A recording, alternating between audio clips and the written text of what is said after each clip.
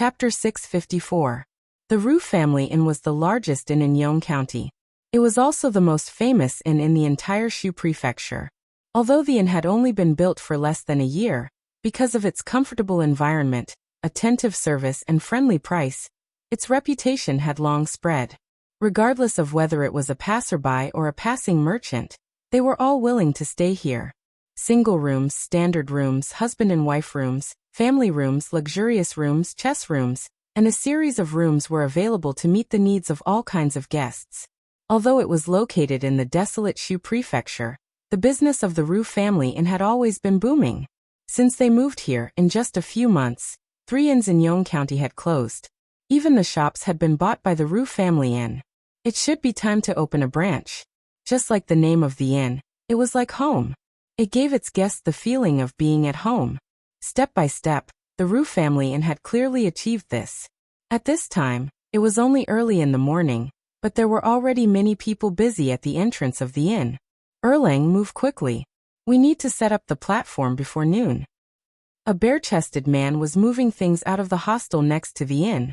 He turned around and urged another skinny figure. The young man laughed and said, "Big brother, don't worry. We can make it." Someone behind him teased, "Old Jew, why are you moving so little at once? Are you tired from having fun with the brothel girls yesterday? Let me give you a piece of advice. It's fine to go to brothels every now and then. How can you go there 3 times a day?" This man's name was Zhu Dong. He had a younger brother at home. Everyone usually called him Zhu Dalong. The 2 brothers were originally butchers and later worked in the brothel. After interacting with each other for a while, they were already familiar with each other. Zhu Dalong waved his hand and scolded, "Get out of here. I don't need you to care about my business. Hurry up. If you're late and make the manager unhappy, you'll lose this month's bonus." "You're just afraid that you won't have a bonus." A burst of laughter came from behind him. Inside the inn, a waiter walked out and asked, "Hey old Jew, you're here again today? You guys are making so much noise outside. Aren't you disturbing our business?" "Bah." Zhu Dalong cast a sidelong glance at him and said, "Disturbing your business? Has your conscience been eaten by a dog? Without us, would your business be so good?" The waiter smiled sheepishly and hurried over to help him unload the things on his shoulders and put them on the empty space beside him. The brothel business was booming. When it was mealtime, some people were too lazy to go back, so they just ate in the inn. It was also a great boost to their business. To a certain extent, the reason why the Ru family inn was so popular was because there was a brothel next to it. When the guests were free, they only needed to take a few steps downstairs to find a place to spend their time. Of course, although one of them worked in an inn and the other worked in a brothel, they were still a family. Back then it had been a tough journey, so they didn't care about these small matters. "Hey, that brothel is going to have a benefit performance again today. It's rare. I've missed it the last few times. I'll come over to reserve a seat after I finish my meal. I don't know what to sing today. I like Legend of the White Snake. I like Hua Mulan. Mu Guiying is fine too." The passers-by stood in the distance and whispered to each other. There were also people coming out of the surrounding shops to take a look. The show at the brothel was really good. Every once in a while, they would bring out the stage to perform for free. It would be a waste not to watch it. They had to reserve a seat now, or they would have to stand in a while. Li stretched his body. Recently he hadn't been eating or sleeping well. It had been a long time since he had such a comfortable sleep. He opened the door and saw a waiter walking up with a tray. Li Yi's face lit up. He patted him on the shoulder and said, "Hey brother, it's you again. I'm really sorry about last night. Come put the things in." 15 minutes later, the waiter walked out of the room. Downstairs, the man with the surname Fong walked out of the room. Immediately, a man in blue came up to him and said, "Envoy, everything is ready. When do we start?" "Tonight at midnight." The man with the surname Fong said in a low voice and walked upstairs. The waiter brushed past him. The man with the surname Fong suddenly stopped and said, "Stop." He turned his head and looked at the waiter and asked, "Are you a waiter here? Why didn't I see you a few days ago?" The handsome waiter looked at him indifferently. There was no change in his expression. "Raise your head." The man with the surname Fong had a look of doubt on his face. He extended his hand to hold the waiter's chin. His other hand reached out from the side and grabbed the waiter's wrist. Li Yi looked at him with a smile and said, "Brother Fong, this brother can't speak." The waiter glanced at Li Yi and turned to go downstairs. "Stop." A hint of anger appeared on the man with the surname Fong's face. Just as he was about to chase after him, the hand firmly grabbed his wrist. He couldn't break free no matter how hard he tried. His expression changed slightly. When he turned his head to look at Li Yi, a strange expression finally appeared on his face. Li Yi loosened his grip. The man with the surname Fong looked at him and said, "I've underestimated you before." After saying that, a hand suddenly reached out and went straight for Li Yi's throat. Bang! After a dull sound, Li Yi took 2 steps back. The young man's body swayed on the spot, and an unnatural red flush appeared on his face. Li Yi waved his hand. This guy was indeed powerful. Back at the Heroes Conference, he was able to fight Yang Luqing to a standstill. He was not someone that Li Yi could defeat just by sleeping a few times. Pa! As he waved his sleeve, something flew out from his sleeve and landed on the floor, making a clear sound. The man with the surname Fong instinctively lowered his head to take a look. After being stunned for a moment, his expression changed greatly the next moment. Blue Dragon Envoy. He suddenly raised his head to look at Li Yi and said angrily, "How is this possible?" Thump. The 2 men in blue behind him immediately knelt on the ground and said loudly, "Your subordinates greet the left guardian." The man with the surname Fong took a step forward and picked up the token on the ground. He flipped it over and looked at it. The azure dragon pattern carved on it was vivid and lifelike. He took out another token from his waist. It looked almost exactly the same as this one, but what was carved on it was a white tiger.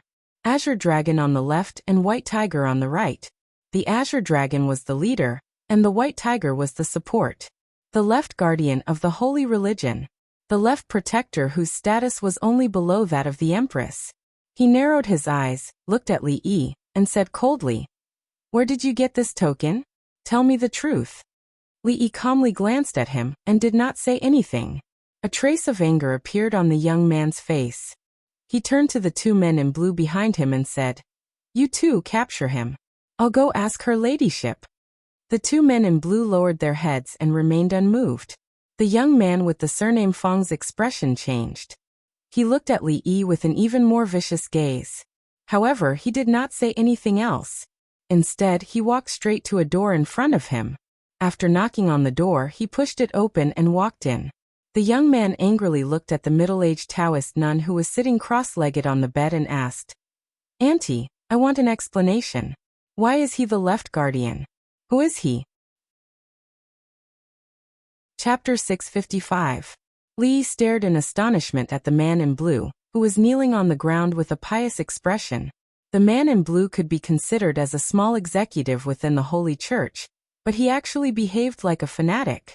He didn't even let the higher-ups off. This brainwashing job was very successful. I understand." Not long after, the young man slowly retreated from the room. He stood at the door and spoke respectfully. When he turned around, he threw the sign back to Li Yi.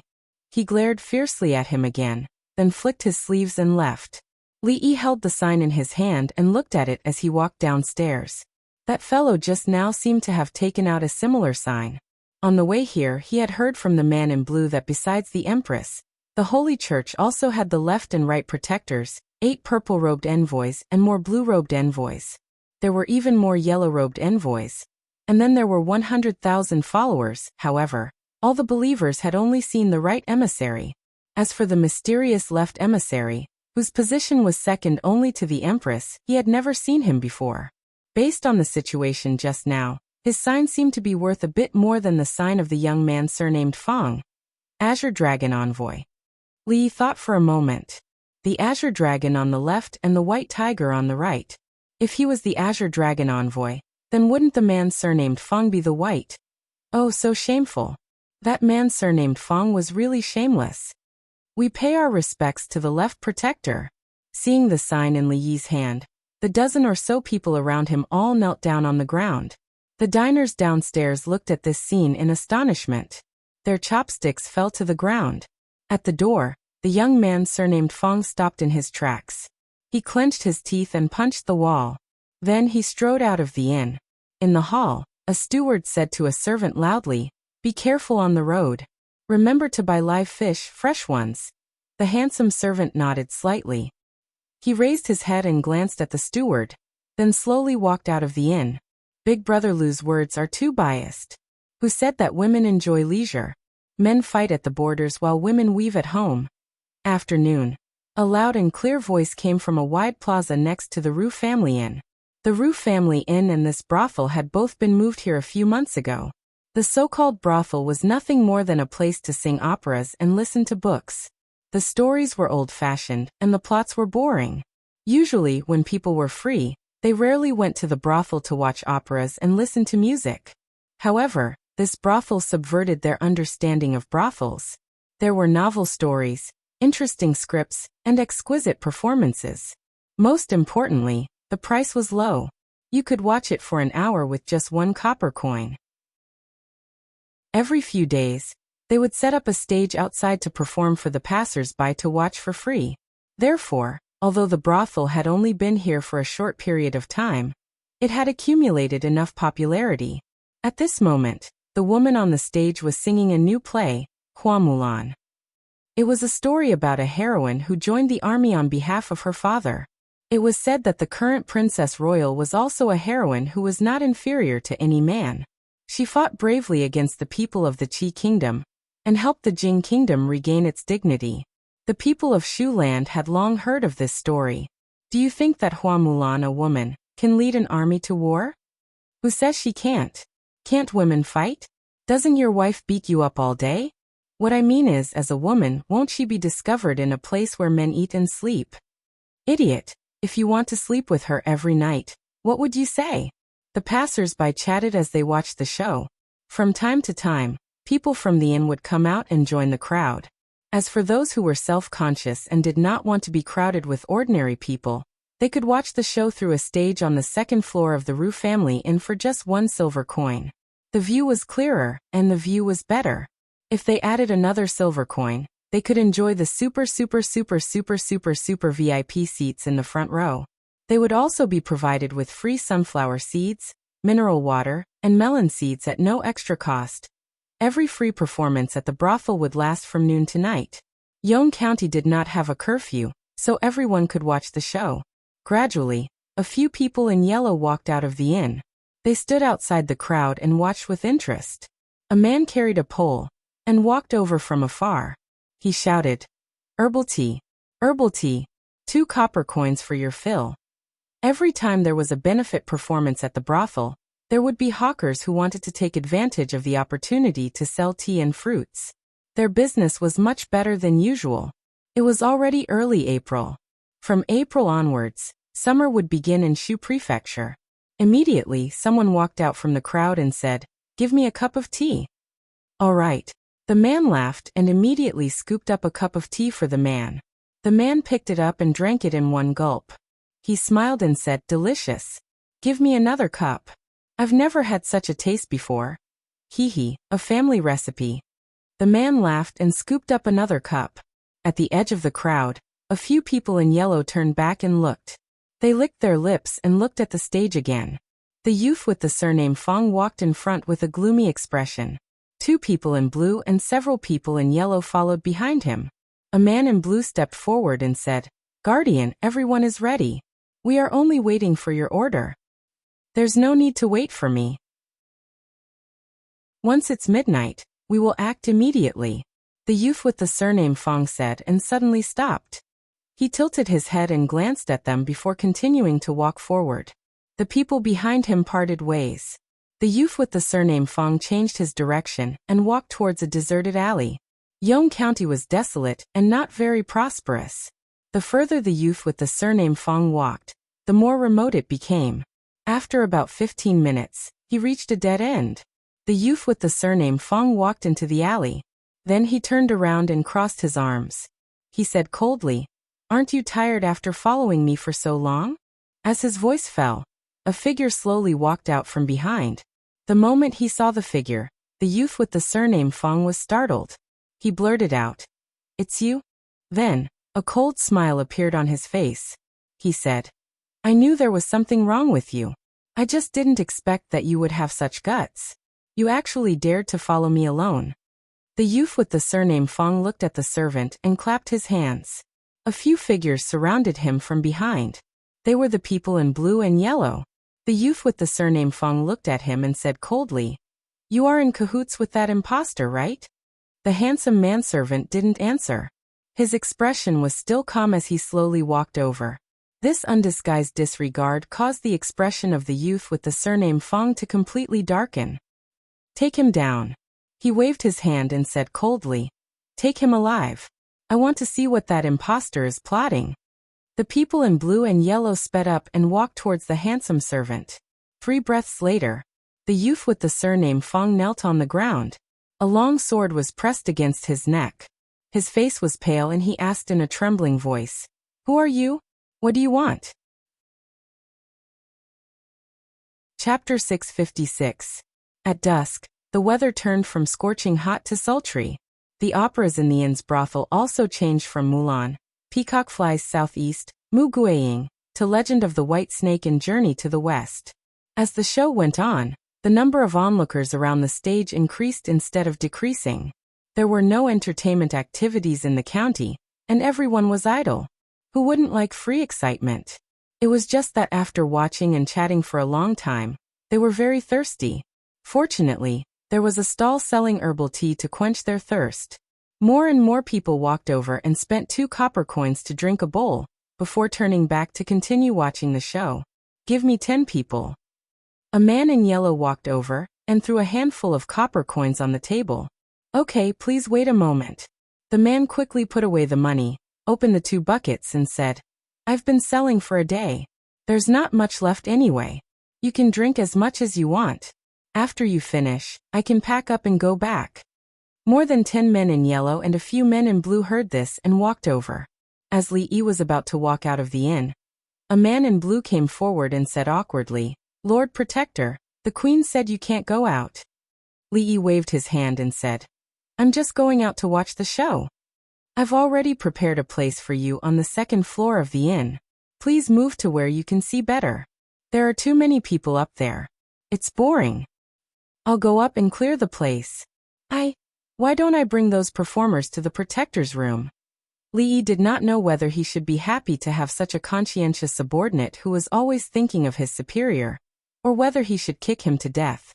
Li Yi waved his hand and said, "Forget it. I'm not interested." The man in blue bowed and said, "I'll send the Protector back to his room." At this time, a man in yellow suddenly walked in with a panicked expression. When he saw Li Yi, he immediately bowed and said, "Greetings, Left Protector. Why are you so flustered? What's the matter?" The man in blue asked unhappily. The yellow-clothed man panicked and said, "Oh no, the right Protector has been captured." The blue-clothed man was startled for a moment before his expression immediately changed. "Quickly go and report to Her Highness. Lady, someone shot this with an arrow." The yellow-clothed man handed a small pouch to the middle-aged Taoist nun. The middle-aged Taoist nun took the pouch and took out a jade pendant. Li Yi glanced at it, and saw that it was the one that the youth surnamed Fong had taken out. Apart from the jade pendant, there was also a piece of paper. On it was written, "If you want to save your Protector, come to the small bamboo forest 30 li away in an hour." The yellow-robed man added, "I have already asked. The bamboo forest is 30 miles east of the county town." A blue-clothed man stepped forward and respectfully said, "Lady, the Protector's martial arts are unparalleled, and there are several blue-clothed envoys by his side. It can be seen that the bandits are very powerful. Why don't you let this subordinate lead a group of people and go? All of you wait here, I will personally go." The middle-aged Taoist nun lightly said, "Prepare the horse." A moment later, the blue-clothed men in the inn looked at each other. The lady and the 2 purple-clothed envoys had gone to save the Protector. They did not know who was so daring to kidnap the Protector. However, from the looks of it, the strength of those people could not be underestimated. It was likely that only the lady would be able to deal with them. "Lord Protector, Please return to your room to rest. Knowing that the protector of the left had a special identity, the lady told them to keep an eye on her. A blue-clothed man turned around and respectfully said, "Ah." Lee yawned and casually pointed at a manservant. He said, "It just so happens that I am also sleepy and want to eat something before I sleep. Little brother, remember to have the kitchen make something delicious and send it up." Along the way, they already knew that the protector of the left had two hobbies: eating and sleeping. Especially the latter, it had already reached an unimaginable level. A blue-clothed man pointed at the manservant and said, "Did you hear that? Immediately go to the kitchen and make a few." Thump. Before he could finish his sentence, he felt a pain in his neck.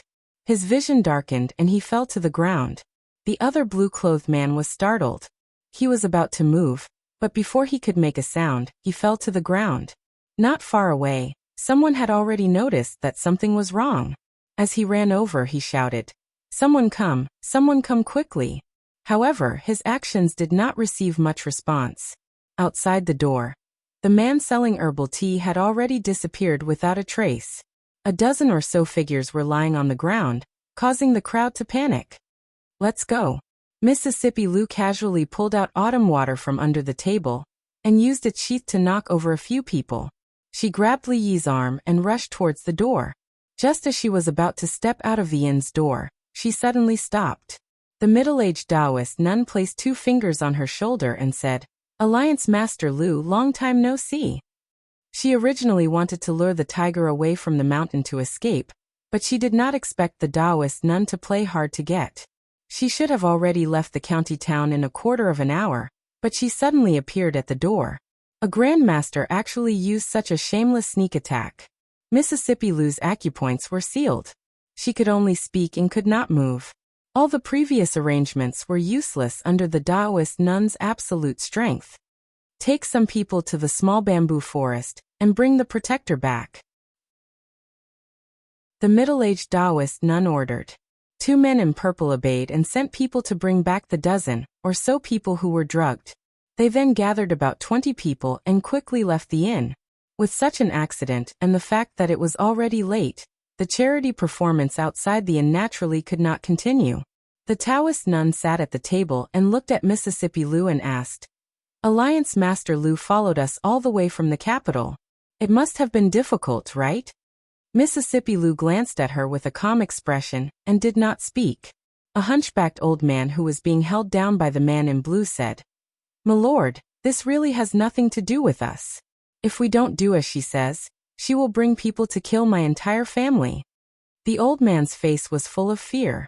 He said with a trembling voice, "This old man has an 80-year-old mother, a son who died young, and an 8-year-old grandson.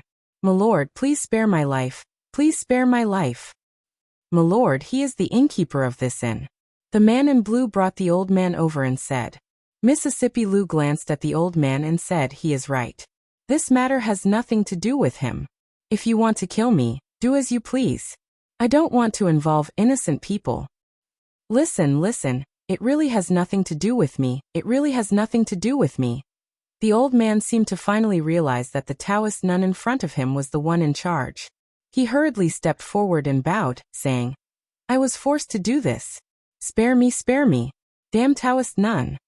When the sound of wind breaking could be heard, the expression on the Taoist nun's face changed drastically. It was too late for her to block it.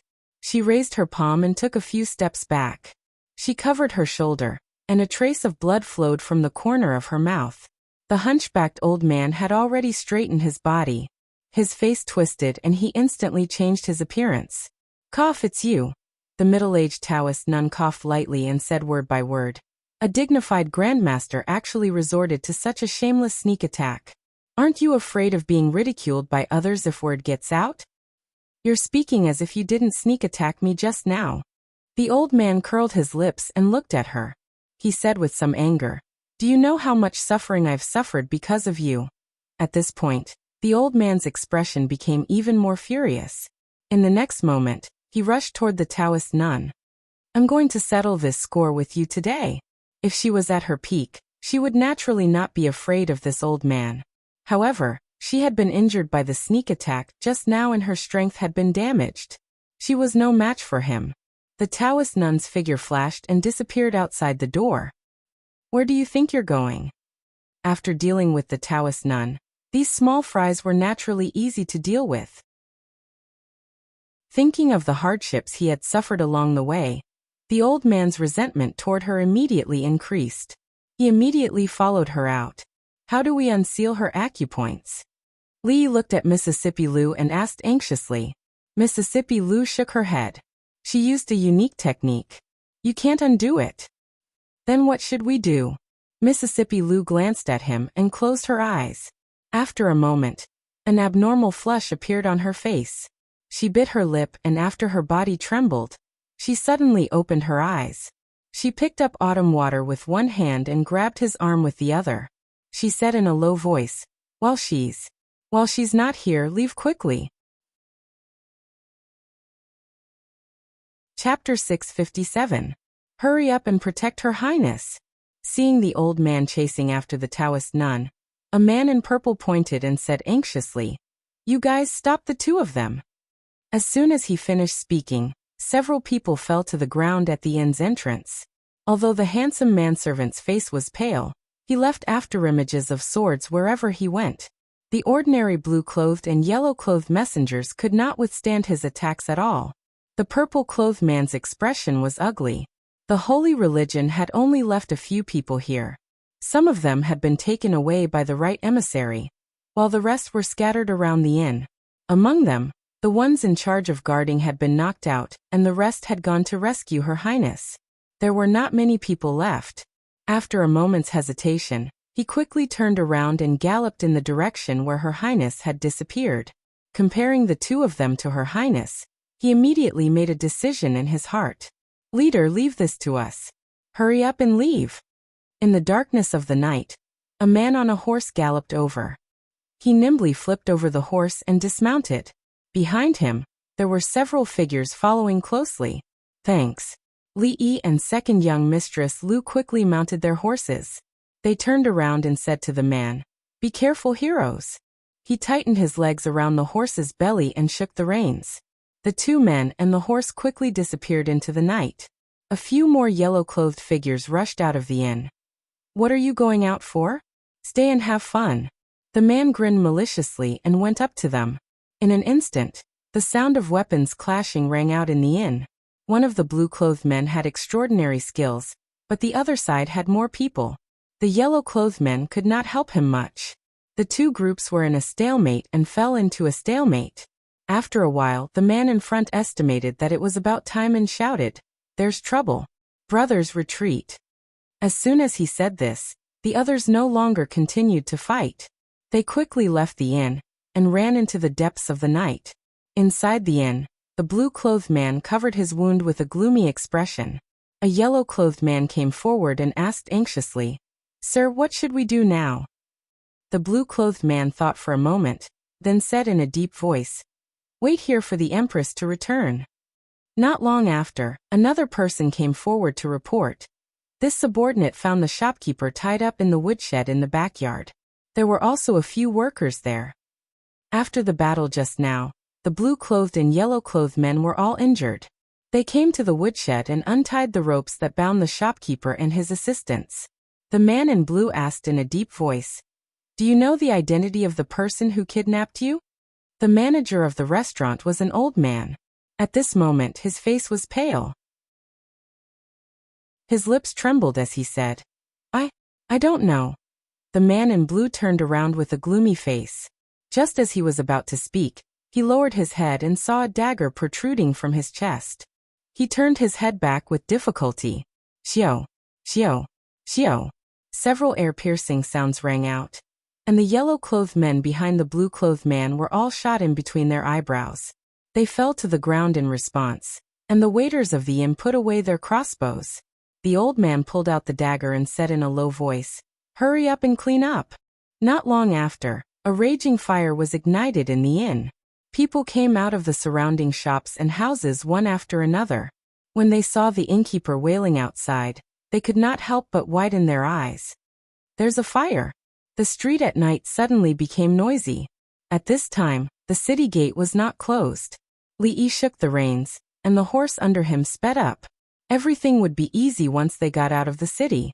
Mississippi Lu did not tell him about the Grandmaster Elder.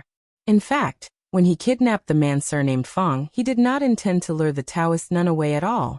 From the beginning to the end, the old man was the ultimate trump card. Only by seriously injuring or killing the Taoist nun would they have no worries. Otherwise, even if they could escape, they would not be able to go far. After all, this was the king of Shu's territory, and the Taoist nun was a grandmaster expert with countless masters around her. Under such circumstances, it was almost impossible to rely on the two of them to return to the capital city safely.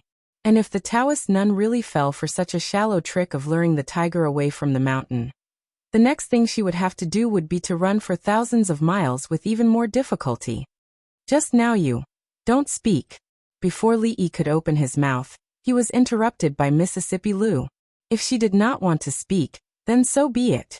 Although he felt a little strange about Mississippi Lu at this moment, it was more important to escape. Everything could wait until they got out of here. What? The protector was kidnapped? Did something happen to Her Highness? What about the robbery of the king of Shu's treasury at midnight tonight, the protector?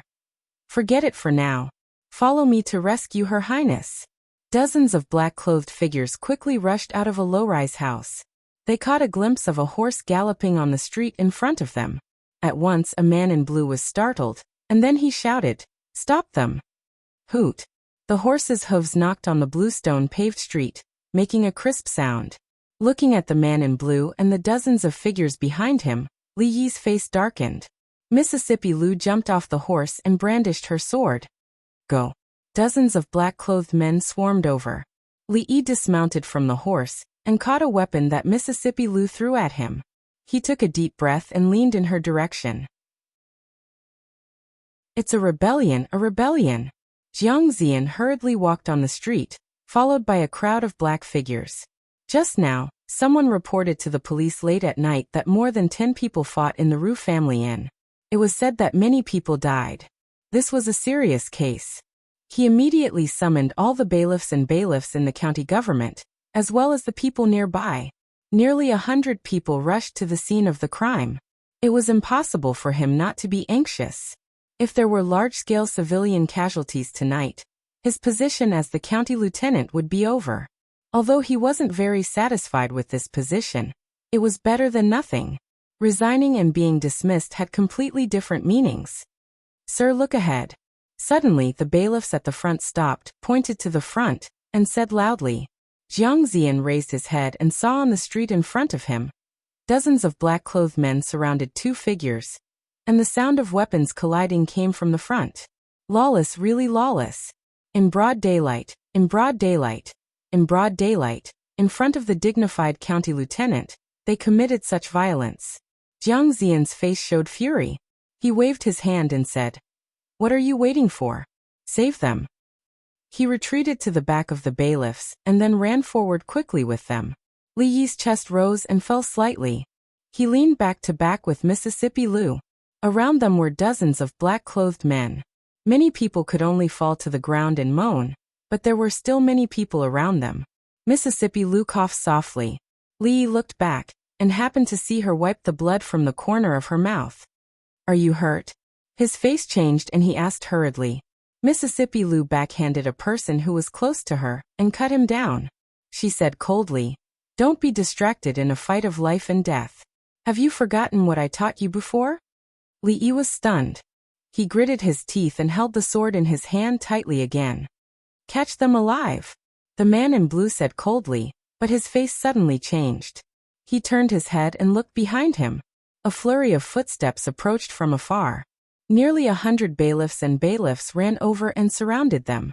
Dozens of black-clothed men immediately gathered in a circle and pointed their weapons at them. Mississippi Lu's body swayed, and Li Yi hurriedly held her. "People inside, listen up. You have been surrounded. I'll give you 3 breaths to think about it. Put down your weapons and surrender immediately. Otherwise, I won't be polite." Jiang Ziyan stood behind a tall and strong bailiff and shouted, Li looked in a certain direction and asked tentatively, Brother Jiang? Is it Brother Li? A head popped out from behind the tall and strong bailiff. Jiang Ziyan's face was full of surprise and joy. He looked at Li Yi and hurriedly said, Brother Li, what are you doing there? Come out. Immediately, the bailiffs made way for them. Li helped Mississippi Lu out. The man in blue's face changed, but he didn't do anything in the end. What the hell is going on? Why are they chasing you? Jiang Ziyan looked at him and asked in surprise. It's a long story. Li looked at him and said, Thank you for saving us, Brother Jiang. It's my pleasure.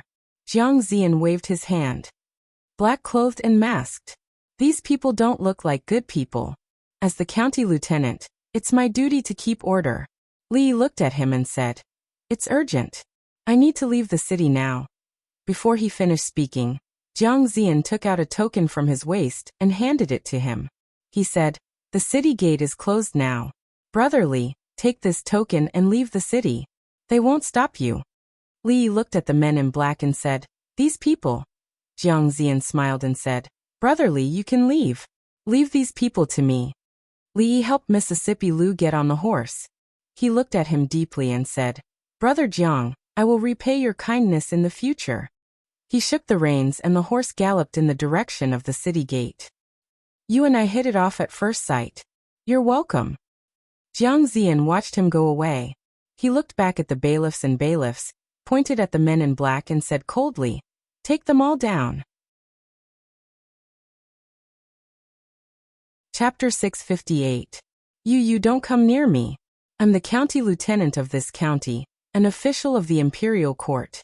If you dare to do anything to me, the imperial court will not let you go even if you run to the ends of the earth. Jiang Ziyan's face was pale.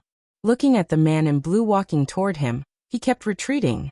At this moment, nearly 100 government servants and strong men he brought with him were all lying on the ground. Of course, there were not many men in black left. Only a few of them could stand steadily at this moment. Damn it! The man in blue glared at him fiercely, looked back in a certain direction, and said coldly, Go after them. A few standing men in black followed behind him and rushed forward. The remaining men in black helped each other to stand up. Those who were lightly injured carried those who were seriously injured, and soon disappeared on the street. Are you all right? Jiang Ziyan hurriedly ran over and asked.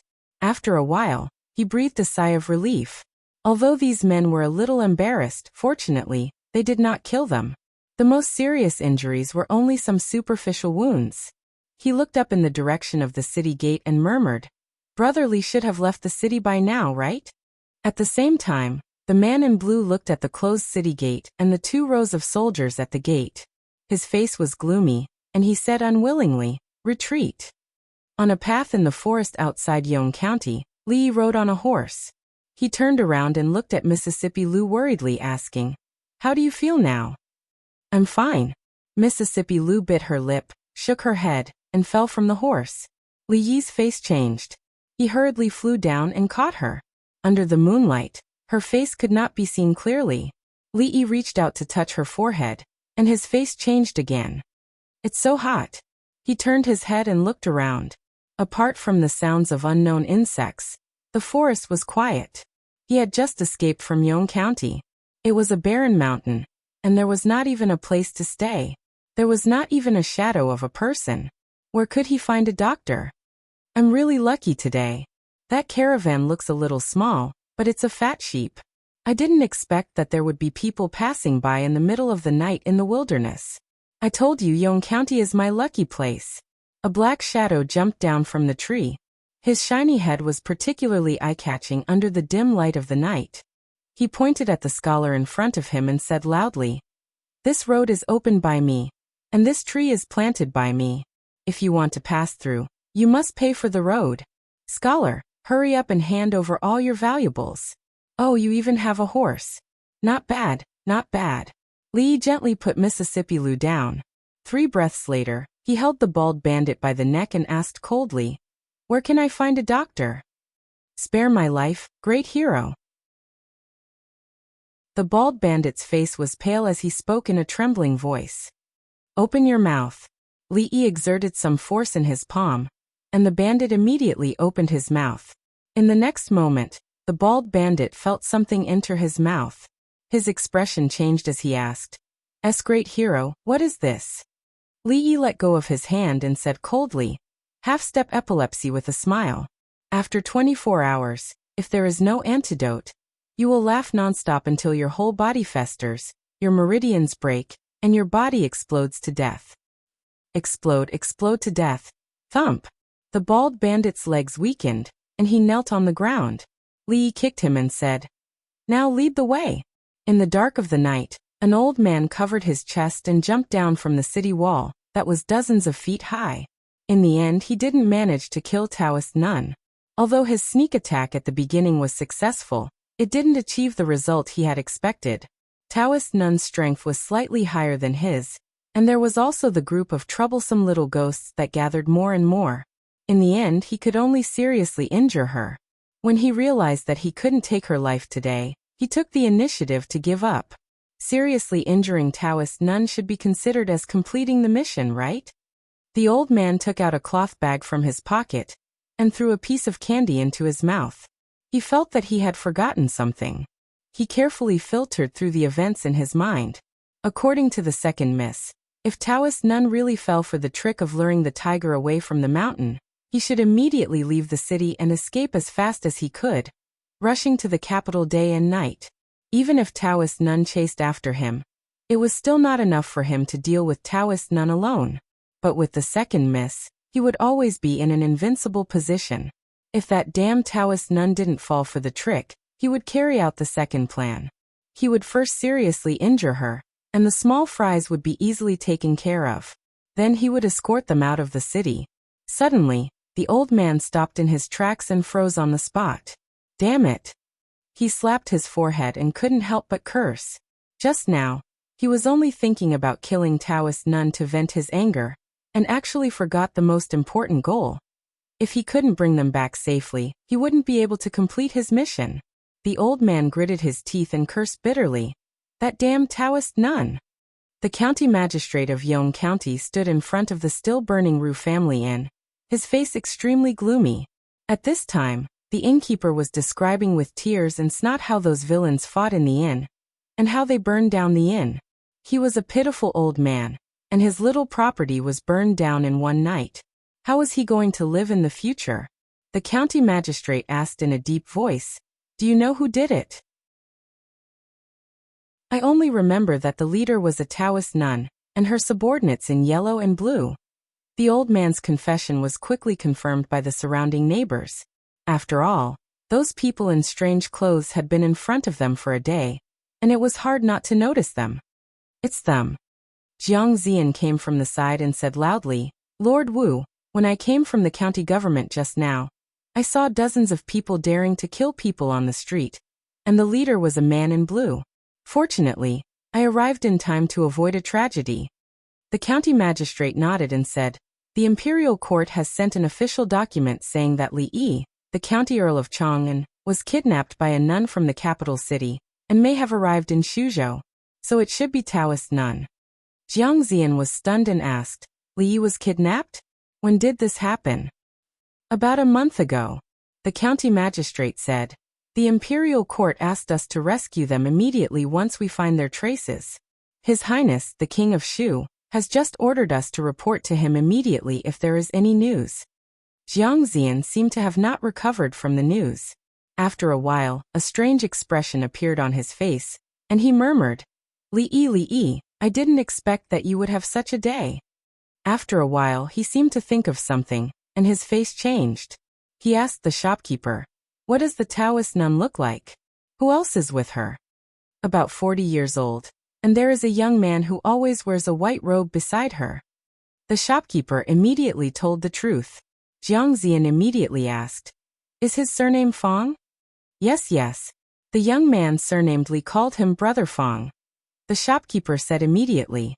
Jiang Zian continued to ask, "Is the young man surnamed Li Xian?" The old man shook his head and said, "I don't know about this." Jiang Zian's breathing became a little rapid, and he asked, "Think about it again. Who were they with when they came?" A shop assistant came up and said, I remember that the young man surnamed Fong has been here for a long time. Yesterday, in addition to the Taoist nun and those strange people, there was another young man. But what? Jiang Zian asked impatiently. But the young man's appearance. The shop assistant thought for a while, shook his head and said, maybe the first day was at night, and I saw wrongly. I always felt that the young man looked a little different on the second day. Jiang Zian stood there in a daze, and his face was blank and lifeless. The county magistrate of Yong County looked at him and asked in confusion, Lord Jiang, what's wrong? Nothing. Jiang Zian shook his head and said, Lord Wu, I just fought with the bandits and consumed too much energy. Now I want to be alone, so I'll leave this place to you. After saying that, Jiang Zian turned around and left, his back lonely and bleak. The county magistrate of Yong County watched him leave, his face full of shock. The cold moonlight shone on Shuzhou, on Yong County, and on a dried-up well in a courtyard that had been abandoned for a long time. Is there anyone? The man surnamed Fong was lying at the bottom of the well with a swollen face. He looked up at the mouth of the well and said weakly. Beside him, a few people in blue and yellow, who had either broken arms or legs, looked up at the sky and spoke in a hoarse voice. Is there anyone? Save us, goddess, save us. Chapter 659. Yong County was the border of the Jing Kingdom, facing the Qi Kingdom across the river. There were many mountains around it, and most of the villages were built on the mountains. The location was remote, and the people were poor. There were many bandits in the mountains. Not only did the bandits often go down the mountains to harm the villagers, but they also targeted the merchants who traveled between the Jing and Qi Kingdom. The Blackwind Stronghold used to be a stronghold for a small group of bandits. The name of the stronghold was Domineering, but it was actually just a few small houses in the mountains. The number of bandits was less than 20. A few months ago, they were blind enough to target a small caravan. They didn't expect the caravan to hire powerful guards. The 20 bandits were all killed, and their heads were hung on a tree. From then on, the Blackwind Stronghold only had a few small houses. After being abandoned for a few months, the stronghold had a new owner at noon today. At this time in a clean room, the bald bandit said with a trembling voice, Hero, we don't have a doctor here. Li Yi touched Mississippi Lu's forehead and looked at him. Do you have wine? I just moved here today, I don't have any. The bald bandit said. Seeing that the hero's face darkened, he immediately nodded his head like a chick pecking rice. Yes, there should be. I robbed a small caravan today. They definitely have some wine. I'll go get it immediately. After leaving the room and closing the door gently, the bald bandit let out a long sigh of relief. This young man looked like a gentleman, but when he fought, how could he be so terrifying? A bandit came up and said in a low voice, Boss, he's only one person, and he's a burden. Why don't we charge in and kill him with one strike each? The bald bandit smacked his head and scolded, Shut up. Where are the people from the afternoon locked up? Take me there quickly. It was easy to rush in, and it was also easy for each of them to chop down. However, it was hard to say if they could defeat the young man together. Moreover, if they really killed him, who would cure the poison of the half-step upside down with a smile? If they didn't have the antidote after 24 hours, he would laugh nonstop, his whole body festering, his meridians broken, and his body exploding. And in the innermost room, the bandit knew that his boss was in a bad mood, and didn't dare to provoke him again. He immediately said, Boss, I'll take you there. Boo-hoo. Miss, are we going to die? In a dilapidated room, there was a soft sobbing sound. After a moment of silence, a young woman's voice rang out. It's all my fault. If I hadn't been so stubborn, I wouldn't have been caught by these bandits. In the corner, a big man's face turned red as he said, Miss, please don't say that. It's all my fault, I didn't protect you well. That surnamed Bai was plotting against Miss. It was right for Miss not to be with him. If I had been more vigilant, I wouldn't have. The female voice paused for a moment, then said, It doesn't matter. At that time, you won't be able to do anything. Another young man said regretfully, If they hadn't captured Miss, we wouldn't have been afraid of them. An old voice sighed and said, Be quiet, don't let them hear us. Right now we should be thinking about how to escape. Bang! Just as the old man finished speaking, the door was suddenly pushed open, and a bald man walked in from outside. After seeing the bald man in the light of the lamp, the sobbing servant girl immediately stopped crying and shrank back, her eyes filled with fear. Seeing these people enter, the beautiful woman's expression also changed slightly. The veins on the big man's forehead bulged and he said loudly, "If you have any problems, come at me, don't hurt my miss." The bald bandit glanced at him and asked, "Do you have wine?" The big man was stunned, thinking that not only did this bald man want to sully the miss, but he also wanted wine to liven things up. He immediately widened his eyes and said angrily, "If you want to kill me, do as you please. Don't you dare sully my miss. Are you *king crazy?" The bald bandit kicked the big man and said angrily, "I asked you if you have wine. What does that have to do with your miss?" The big man was stunned. "Didn't you want my miss to suppress the stronghold?" The bald bandit kicked him again and said, "Are you trying to kill me? Less nonsense, tell me, do you have wine?" This time, he ran away from home because he couldn't stand being looked down upon at home. He swore that he wouldn't go back until he made a name for himself. When the time came, that tigress would look at him in a different light. Before he made a name for himself, he already had a wife to suppress the stronghold. Wouldn't he be beaten to death by that tigress? "The wine is in the second carriage," the beautiful woman said. "Why didn't you say so earlier?" The bald bandit glanced at her and walked out the door. When he reached the door, he said again, "Don't think I didn't hear you just now. Don't think about running away. Send a letter home and pay 1,000, at least 800 taels of ransom, and I will let you go. Don't worry, before that I won't touch a single hair of yours." Hearing the door slam, the woman raised her head, a complicated expression on her face. 800 taels. Did he know how much the goods in those 2 carriages were worth? Just that piece of glazed ware alone was more than 10 times that price. All the goods added together, it would be at least 100 times that number. The big man twisted his body and said softly, "Miss, don't worry, we will be able to leave very soon." He moved his wrist, a hint of sharpness faintly appearing in his palm. "Hero, the wine is here." The bald bandit fawningly placed a jar of wine and 2 empty bowls on the table.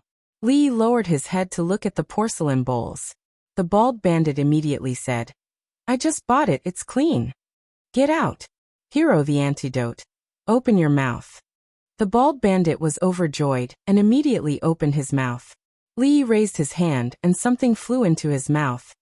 "Did you swallow it?" Lee looked at him and asked. "Yes, I swallowed it. Thank you, Hero." The bald bandit's face was full of joy. When he turned around, a sneer appeared on his face.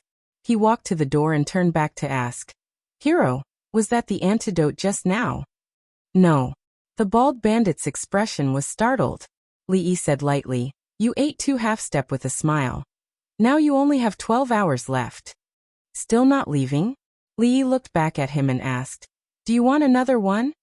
As soon as he finished speaking, the bald bandit disappeared from the house and closed the door.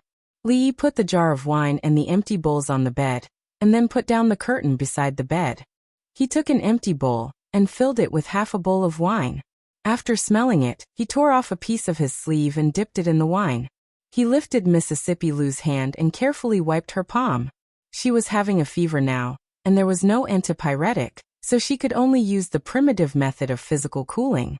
After wiping her palms, he rolled up her sleeves and wiped her arms, then her forehead, and her neck. The evaporation of alcohol would take away a lot of heat. Her current situation was more serious than Ruoqing's at that time. Lee took off her shoes and socks and wiped her feet and calves. If he wanted the effect to be good, he had to wipe her chest and armpits. However, the person in front of him was Mississippi Lou, not Rui, so he still had to pay attention to some boundaries. Lee sat by the bed and reached out to touch her forehead. It was still a little hot. The servant's clothes were very tight, and the buttons were buttoned all the way to the neck, which was not good for heat dissipation. Lee frowned and unbuttoned her neck and chest. When he unbuttoned the last button, he suddenly seemed to feel something. He raised his head and met Mississippi Lou's clear eyes. The atmosphere was momentarily heavy. "You have a fever." Li Yi looked at her, waved the strip of cloth in his hand, and said, "Wipe it with alcohol, it can reduce the fever." Mississippi Lu raised her wrist, and saw that her sleeves were almost down to her shoulders. She also felt a little cold on her calves and feet. She looked at Li Yi again. Li Yi dipped the strip of cloth in the wine, and gently wiped it on her forehead again. He said, "The situation is special now, so let's not bother about these things. Besides, there is an old saying that the sister-in-laws of what?" She looked at Li Yi with bright eyes and asked. Chapter 660. Sister-in-laws. A hint of anger appeared on Li Yi's face. He patted her forehead and said, "Why are you asking so many questions? What you need now is a good rest." Mississippi Lu didn't react at all. After looking at him, she slowly closed her eyes. Li Yi's face began to show real worry. It seemed that she was really badly injured. Otherwise, she would definitely return that blow 10 times over. He put the cloth aside and asked worriedly, "How are your injuries?" "I won't die." After a long time, her faint voice was heard. She had forcefully used her true qi to open the acupoints sealed by Taoist nun. This time, she was indeed seriously injured. In a short period of time, she probably couldn't fight with anyone again. It would take at least a few months to recuperate. After a while, she opened her eyes and asked, "Where are we?" Li Yi waved his hand and said, "Don't worry about that. I'll take you to see a doctor tomorrow." Mississippi Lu shook her head and said, "No need. We'll leave Shuzhou immediately. Otherwise, Taoist nun will find us sooner or later." Li Yi shook his head and said, "Let's see a doctor first." Outside the door, a few bandits squatted in the yard. The bald bandit turned his head to look at the room, and let out a long sigh. "There are still 10 hours left. Big brother, it's all our fault. We shouldn't have persuaded you." Beside him, a bandit's face was full of regret. He said, "If I had known this day would come, I would have let you go back and turn over a new leaf 2 days ago. We're all brothers. It's not your fault." The bald bandit patted him on the shoulder and said, "Besides, if I don't make a name for myself, I won't have the face to go back. Big brother, when we get the antidote, let's go back and apologize to sister-in-law, and this matter will be over." A man sighed and said, "A day together as husband and wife means endless love. Sister-in-law won't make things difficult for you." "I won't go back." The bald bandit gritted his teeth and said, "I won't go back if I don't make a name for myself. Let's see what that tigress has to say when I become the greatest bandit of this generation." Everyone couldn't help but sigh. It wasn't easy to become the greatest bandit of this generation, and it was even harder to conquer that tigress. "Not good, big brother, be careful." They escaped. A voice suddenly rang out from behind them. They immediately stood up and saw a brother running out from one of the rooms. Behind him, a man rushed out of the room, followed by several figures. "Get your weapons." The bald bandit's expression changed. The people around him reacted and immediately ran in that direction. "Miss, you guys leave first. Leave this to us." The man turned his head and shouted. He then grinned maliciously at the 2 bandits. "Damn it, I fell for your trap today. Do you really think I'm afraid of you?" 2 of the bandits were knocked to the ground in a single exchange, and the few people behind him were also engaged in battle with the bandits who were charging over. The young servant girl and the beautiful woman ran out of the room and ran outside under the escort of the 2 men. Although the burly man's side had fewer people, they were slightly stronger. Just the burly man alone was enough to take on 3 bandits at once. The few of them were actually able to stall all the bandits, making it impossible for them to chase after the woman. Everything happened too suddenly. Both sides didn't have any weapons. At this moment, it was all close combat, and the fight was quite intense.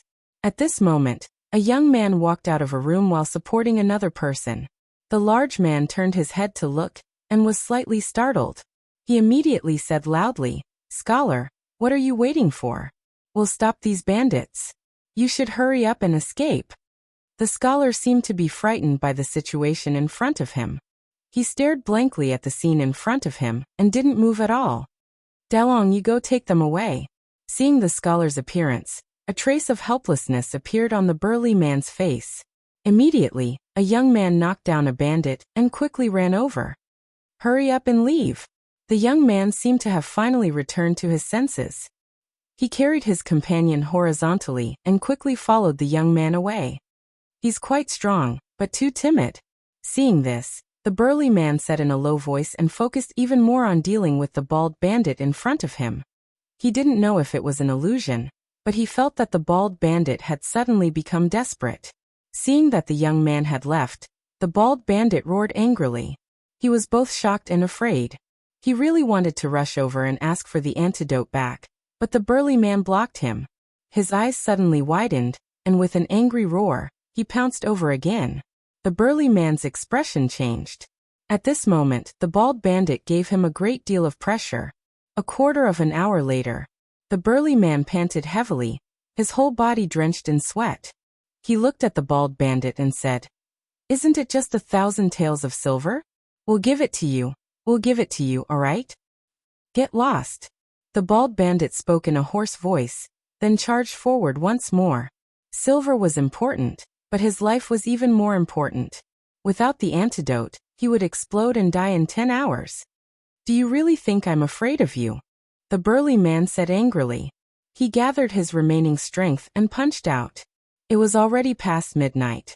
Under the moonlight, 2 carriages sped along the mountain road. The young girl placed her hand on her chest and timidly asked, "Miss, do you think they'll be able to catch up?" The beautiful woman gritted her teeth and didn't speak. She glanced behind her and said, "Wait for them up ahead after we leave the forest. There's a village up ahead. Those bandits probably won't dare to follow us." Not long after, in front of a village, a man quickly ran into the village. Soon, there were many lights in the village, and the woman's expression finally relaxed.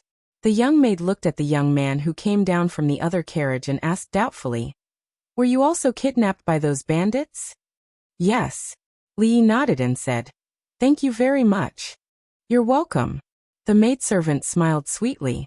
Now that they were out of danger, her heart was finally at ease. An old man walked over from the side and looked at Li Yi. He asked, "Is the young lady in the carriage injured?"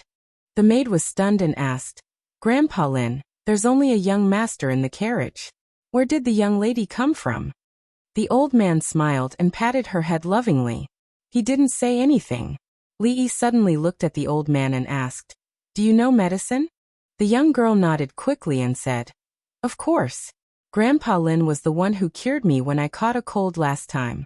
Usually, if someone falls sick at home, there's no need to call for a doctor." After a while, the young maid looked behind her and turned to look at the woman. She asked, "Miss, is there really a young lady in the carriage?" The beautiful woman looked in that direction, and a trace of doubt appeared on her face. However, it quickly disappeared and she looked in the direction where they came from. Next to the carriage, Lee looked at the old man and asked anxiously, "Old man, how is she? This young lady should be a martial artist, right?" The old man stroked his beard and asked. Lee nodded. "This young lady's internal organs have suffered serious injuries. It seems that she took a wrong turn when she was cultivating." The old man looked at him and said, "Although it is good to practice martial arts, one should not be too hasty. Fortunately, this young lady's physique is extraordinary. Otherwise, she would have lost her life long ago. Even so, if she wants to recover, she will need to rest for at least half a year." Li Yi was slightly relieved. It was fine as long as her life was not in danger. At this moment, he could roughly guess when she was injured. He looked back and could only shake his head helplessly. At a certain time, the young maid suddenly shouted, "They're back!" The man was at the front with a few people behind him. They were jogging towards the carriage. "How are you? Are you hurt?" "I'm fine."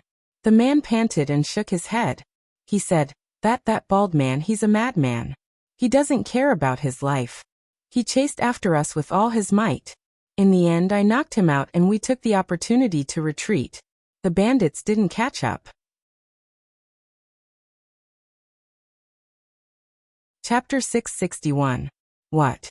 You're saying that Taoist Nun is the one who took Li Yi away from the capital? The king of Shu stood up abruptly from his chair and asked, "Where is he now?" "I haven't seen Uncle Li. He should be hidden by them." Jiang Ziyan said guiltily. I'm incompetent and failed to save Uncle Li from those people. Where's Taoist Nun? The king of Shu asked again. He disappeared last night, Jiang Ziyan said with his head down. Find him. The king of Shu slammed the table and said, Find him for me. A moment later, Jiang Ziyan walked out of the mansion of the king of Shu and let out a long sigh of relief. Although almost a night had passed, the feeling in his heart was still a little complicated. He waved his hand and said to a constable beside him, Pass down my order. All government runners and civilians are to search every village. Report to me immediately if you find any news of those people. At this time, in a village not far from Yong County, dozens of figures were waiting respectfully outside a courtyard. In the courtyard, the man in purple bowed and said, Lady, I've sent people to check the small bamboo forest mentioned by that man, but they didn't find the protector. The middle-aged Taoist nun leaned against the headboard, her hair slightly messy and her face pale. She waved her hand and said, Continue to search in the city. In addition, send more people to look for those two people. Yes. The man in purple answered and walked out of the door. Not long after, the dozens of people in blue and yellow outside changed their clothes and dispersed. In a dry well in Yong County, the man surnamed Feng was pale. His acupoints had been sealed, so he couldn't run his genuine qi. He looked up at the sky at the mouth of the well with despair on his face. Outside Yong County, deep in a mountain forest, the bald man leaned against a tree with a dull expression. His eyes were lifeless, and he also looked up at the sky. How much time do I have? After an unknown period of time, his lips moved with difficulty. A bandit beside him looked at the sky and sighed, saying, Less than an hour. The bald man put his hands behind his head and said, After today, you can go back. Big brother. The bald man waved his hand and said, Go back and farm well. Although the days are a little hard, you won't starve to death. It's better than hanging your head on a belt. Half-step mental disorder with a smile. If I can't help but laugh later, give me a quick death. Then dig a hole and bury me. Don't pile up dirt, don't erect a monument, don't do anything. A bitter smile appeared on the bald man's face. Bleeding from all 7 apertures and exploding to death. It's too unsightly. A bandit gritted his teeth and stood up, saying, Big brother, I'll go get the antidote. It's too late. The bald bandit waved his hand and said, Go back and help me pass a message to your sister-in-law. Tell her that I don't regret marrying her in this life. It's all my fault. I shouldn't have advised Big Brother. One of the bandits gritted his teeth, stood up, and slashed the tree with his sword. The one in front, do you see a young man with a girl? A voice came from behind. The bandit impatiently waved his hand and said, Scram, scram, scram. I'm annoyed. What are you yelling for? I'll kill you if you yell again. Thump. As soon as he finished speaking, he suddenly felt a pain in the crook of his leg. His legs gave way and he knelt on the ground. What did you just say? An old man with messy hair walked up from behind and looked at him. The eyes of the bandits suddenly widened, and they couldn't help but shiver. As senior. The fear in their hearts increased to the extreme. Thinking of the terrifying scene from a few days ago, a few of them immediately knelt on the ground. It's you guys again. The old man's face also revealed a surprised expression. He remembered that the bald man was the leader of the group. He walked over and asked, Hey, have you seen a young man with a beautiful girl with a young man? The bald man leaned against the tree with an emotionless expression. He glanced at the old man and didn't answer. The old man narrowed his eyes and said coldly, I'm asking you a question. The bald man glanced at him again. His eyes were indifferent and didn't contain any emotion. The old man grabbed him by the neck and lifted him up against the tree trunk. He said, Aren't you afraid that I'll kill you? The bald man looked at him coldly and said, Don't talk nonsense. If you want to kill me, then kill me. Don't be so wishy-washy like a woman. The cold expression on the old man's face disappeared, and he looked at him in surprise. You want to die? The bald man said indifferently. In any case, the poison will take effect in an hour. Just kill me and give me a quick death. The old man grabbed his wrist and felt it. He said in surprise, You're not poisoned. The big man said coldly, Humph. That laughing half-step madness is a rare poison in the world. If there's no antidote, I'll laugh nonstop in an hour. My whole body will fester, my meridians will break, and I'll explode and die. The old man was even more surprised. He said, I've roamed the martial world for decades, but I've never heard of such a strange poison. That's because you're ignorant. The bald man looked at him and said, If you want to kill me, then kill me. Stop talking nonsense. If you don't kill me, I'll find someone else to kill me. The old man didn't get angry. Instead, he laughed and said, I'm called Monster Sue in the martial world. I didn't expect you to be even weirder than me. You're actually begging someone to kill you. Big brother, big brother. At this time, a figure ran out from a house not far away. He waved the paper in his hand and said happily, Big brother, I found this in the room. That person said that it wasn't poison. It was all a lie. Really? The big man was shocked. He took the paper from his hand. After looking at it, he gave it to another person beside him and said, Ergu, you've also studied for 2 years. Look at what's written here. That person hurriedly looked at the paper and slapped his thigh. He said, Big brother, it's true. That person left a letter saying that it wasn't poison. The big man's face revealed an ecstatic expression. He murmured, So I don't have to die? No, no, no. The old man indifferently glanced at him and shook his head. I've thought about it seriously just now. Since you want to die, why don't I fulfill your wish? In the future, it will be a story that I'm happy to help others. The smile on the bald man's face froze. Plop. He knelt on the ground and hugged the old man's thigh. With tears and snot he said, Senior, I was wrong. I don't want to die. Don't you want to find someone? Let's talk about finding someone. You really don't want to reconsider? The old man looked at him and said, When others asked me to help, the reward was 100,000 taels of silver. I'm in a good mood today, so I won't take a penny. You've made a big profit. No, I won't. The bald man shook his head and said, Senior, you shouldn't help with less than 100,000 taels of silver. I can't let you suffer a loss. The old man took out a portrait from his chest and asked, Tell me, have you seen this person? No. The big man shook his head. Although the person in the portrait gave him a very familiar feeling, he had indeed never seen him before. The old man frowned and seemed to have thought of something. He said, Think about it again. That person is about this tall, and there should be a girl beside him. No, a young man dressed like an inn's manservant. He should be carrying a sword with him. The bald bandit was stunned for a moment before he nodded and said, I think I've seen him before. 10 hours ago, they went down this path. The bald bandit had a flattering expression on his face, as he pointed to a mountain path. That's right. The sloppy old man nodded and took out an item from his chest. He threw it to the bandit. This is for you. The bald man watched as the old man threw a milky white square object into his mouth. He looked at the exact same object in his hand, and also put it in his mouth. In the next moment, his eyes suddenly widened. This taste. Chapter 662. Have a safe journey, Senior. On the mountain path, a dozen or so bandits stood in a neat row, bowing as they watched the sloppy old man leave. Only when his figure had completely disappeared did a bandit turn around and look at the bald man, saying, Big brother, let's go back. We're not cut out to be bandits. The other bandits all agreed. Thinking back to the days they had spent as bandits, they hadn't even made a single deal, and had almost lost their lives. Just thinking about it made them feel disheartened.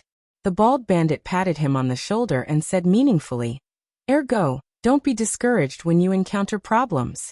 Don't be afraid of failure. Since ancient times, which one of those who achieved great things has never experienced setbacks and tribulations? The young bandit opened his mouth. Big brother, I've decided. The bald bandit stood at the front of the mountain path and looked at the distant mountains. He pointed in a certain direction and said, As a bandit, I won't be satisfied if I don't go there. He turned around to look at the crowd and said, If you want to go back, then go back. Go back and live well. That's fine. We pledge our lives to follow Big Brother. A bandit half knelt on the ground and said loudly, We pledge our lives to follow Big Brother. We pledge our lives to follow Big Brother. The dozen or so figures all knelt down, their voices resounding through the mountain path in unison. You're a scholar. Why aren't you studying at home? What are you doing here in the wilderness? Li Yi said with a laugh as he leaned against the carriage. The man rode beside him. Reading 10,000 books is not as good as traveling 10,000 miles. Li Yi smiled and said, It's always good to travel more. Haha, you're a scholar after all. You speak exactly the same as my young miss. The man scratched his head and said, But it's the first time I've seen someone who can talk about eloping with a girl in such a reasonable way. Li Yi looked at the slowly moving caravan, and did not reply this time. He had already learned the identity of these people through a few short conversations along the way. This was a caravan traveling between the Qi Kingdom and the Jing Kingdom.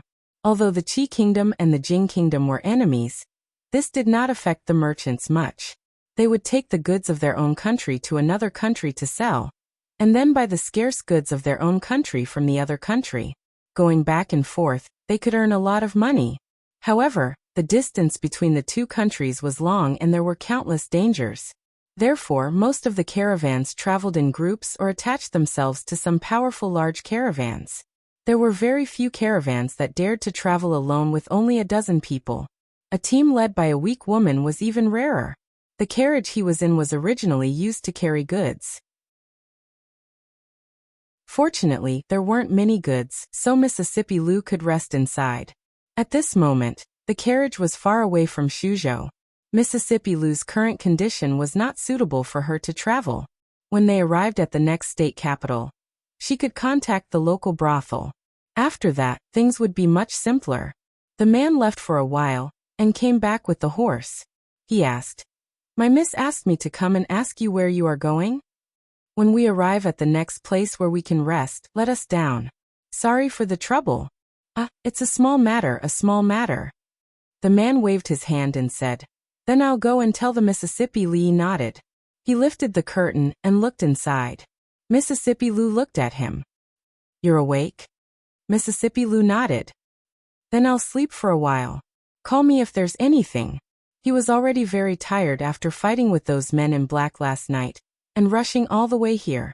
He leaned against the carriage and lost consciousness the next moment. Mississippi Lu put autumn water aside. Just as Li Yi was about to slide down, she moved her body to the side. She looked down at Li Yi, who was still frowning in his sleep. After a long time, she looked away and let out a long breath. Li Yi was woken up by a bump. He rubbed his forehead that had bumped into the carriage. He turned his head to look and suddenly sat up. He blurted out, Rui. The man lifted the curtain and said, You're talking about that girl? The miss has invited her to the carriage in front. Li Yi rubbed his forehead again and asked, Where are we now? You've only slept for less than an hour. The burly man said, Look, that's the ferry in front. You should be from Jing country, right? When you reach the ferry, turn left and you'll reach Qin County, and turn right and you'll reach Yong County. It's closer to Qin County. Elder Lin said that this lady can't travel. I'll help you hire a carriage. Li Yi was stunned for a moment as he listened to the burly man's incessant chatter. Isn't this the carriage to the Jing Kingdom? No. The man shook his head and said, We've just returned from the Jing Kingdom. After this ferry, we'll reach the Daqi Kingdom. Li Yi jumped down from the carriage and rubbed his head. He had actually taken the wrong carriage. He definitely couldn't go to Yong County. The king of Shu and the Taoist nun must be looking for them. Qin County. Qin County was just next to Yong County. With the friendship between him and the king of Shu, he would probably turn the entire Shu province upside down. Forget it, he should go to Qin County first. With the cover of the brothel there, it should be safer. There were many boats and carriages at the ferry. The guards were moving the goods from the carriages in front of them onto the boats. A few steps ahead, the woman was talking to Mississippi Lu. Thank you for last night. Li Yi walked over and cupped his hands towards the beautiful woman. The woman nodded slightly and said, It was just a coincidence. You're welcome. Li Yi looked at Mississippi Lu and said, We have to go. The woman turned around and said to the man and the others, We should also get on the boat. Hey you guys, I'm talking to you guys. Wait a minute, have you seen these two people? A voice came from behind. Li turned around and saw a group of soldiers stopping the passing carriages. The leader of the soldiers opened the curtains and carefully compared the few people with the portraits in his hand. Then he waved his hand and said, "All right, you guys can go." Then he turned around and pointed again, saying, "That carriage over there, stop." Ahem. Li turned around and looked at the woman. He said, "Miss, I have a presumptuous request." The woman named Lin Wanru was startled. She looked at the young man in front of her, and then looked at the woman in men's clothing. A look of understanding appeared on her face. After a while, she nodded slightly. "All right. The few of you guard here. Check every car and every person that passes by carefully." A young general stood at the ferry and said to dozens of soldiers, "This is the order of His Highness, the King of Shu. If you find out, His Highness will greatly reward you." Li stood at the bow of the boat and looked at the blurred ferry. The man's laughter came from the side. "Haha, I've said it before. If you want to go, go far away. It's not good to be caught doing this kind of thing. However, you guys are already like this. It doesn't matter where you are. Go to a place where no one knows you and live a good life. That's better than anything else." The man patted him on the shoulder and said, "You guys have no place to go for now. You can go to our place first. It's not far from here anyway. You're a scholar with a weak body, but you seem to be quite strong."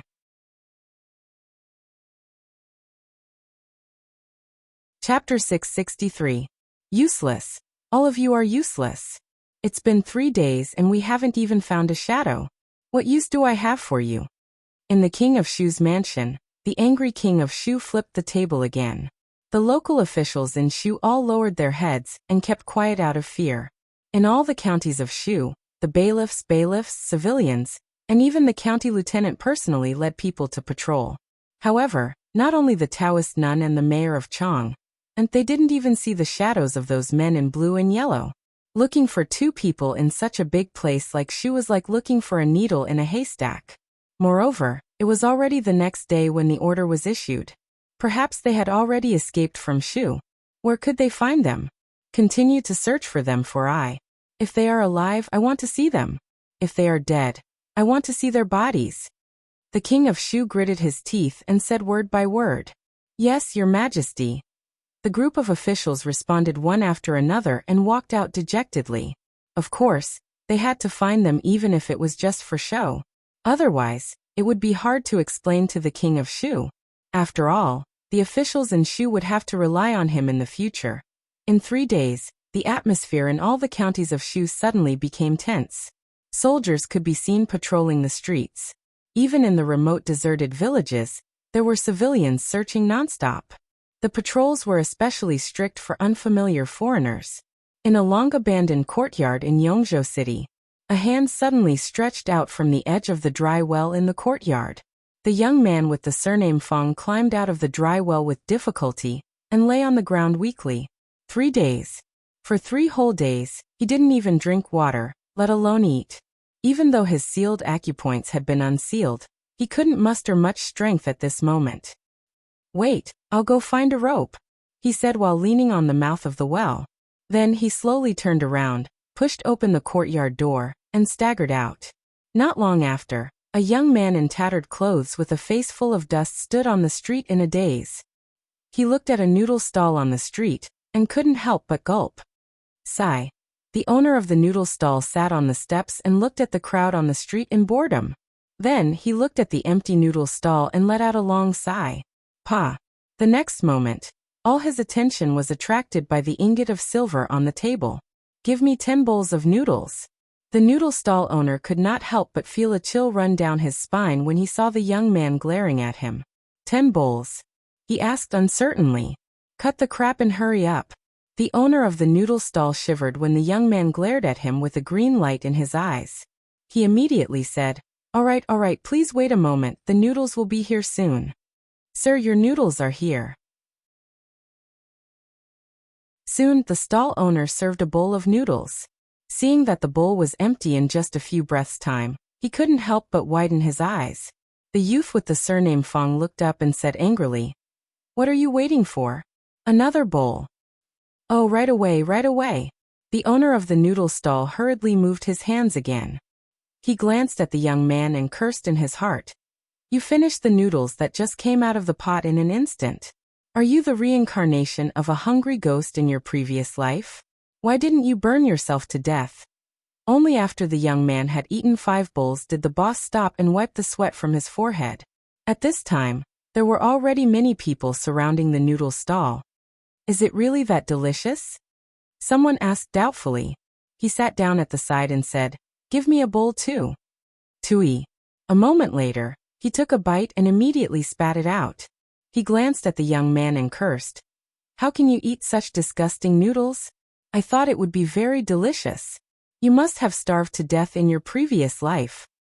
He threw 2 copper coins on the table and was about to leave when a voice rang out from behind him. Hey, you haven't finished your noodles. The man turned around and looked at the young man. He sneered. I don't want to eat anymore. Why do you care? The young man glanced at him and stood up from his seat. I'll eat now. The man with a swollen face sat obediently in his seat and finished his bowl of noodles.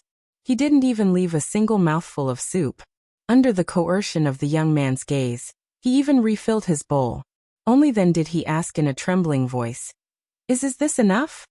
Scram. The young man waved his hand impatiently. He looked at the boss and said, Continue cooking. About an hour later, the boss looked at the piles of bowls beside him in astonishment. He was worried that he couldn't keep up with the speed, so he added extra portions for each bowl. The young man ate 10 bowls just like that. In the end, he even bought dozens of buns from a nearby bun stall before he swaggered off. With such an appetite, he wasn't a human at all. He was a monster. The Qi Kingdom was the most powerful country in this land. This was an undeniable fact. Even though they had lost to the Jing Kingdom in an important battle and lost 2 of their cities, the ambassador of the Qi Kingdom did not gain any advantage in the competition with the Jing Kingdom.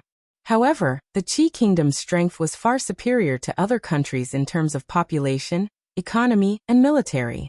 The Feng province was not close to the capital of the Qi Kingdom. It could even be said to be remote.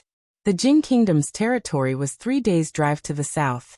However, although the Feng province was remote, it was not poor. Even in the entire Qi Kingdom, it could be considered one of the richest provinces. At this moment, 2 carriages were slowly entering the city gate of the Feng province. The man was riding on the horse. He looked back and said, Li brothers, we're just ahead. When we get home, I'll arrange for you to stay in the guest room first. After a few days, I'll find a place for you to settle down. The man smiled and said, You're a scholar. If you don't mind, you can work as an accountant for our family. Although the salary isn't much, it's enough for the 2 of you to live in the future. Li cupped his hands in obeisance and said, Thank you, Brother Lin. The man waved his hand and said, You're welcome. Li smiled at him. This man, whom he had only known for 4 days, was very warm-hearted.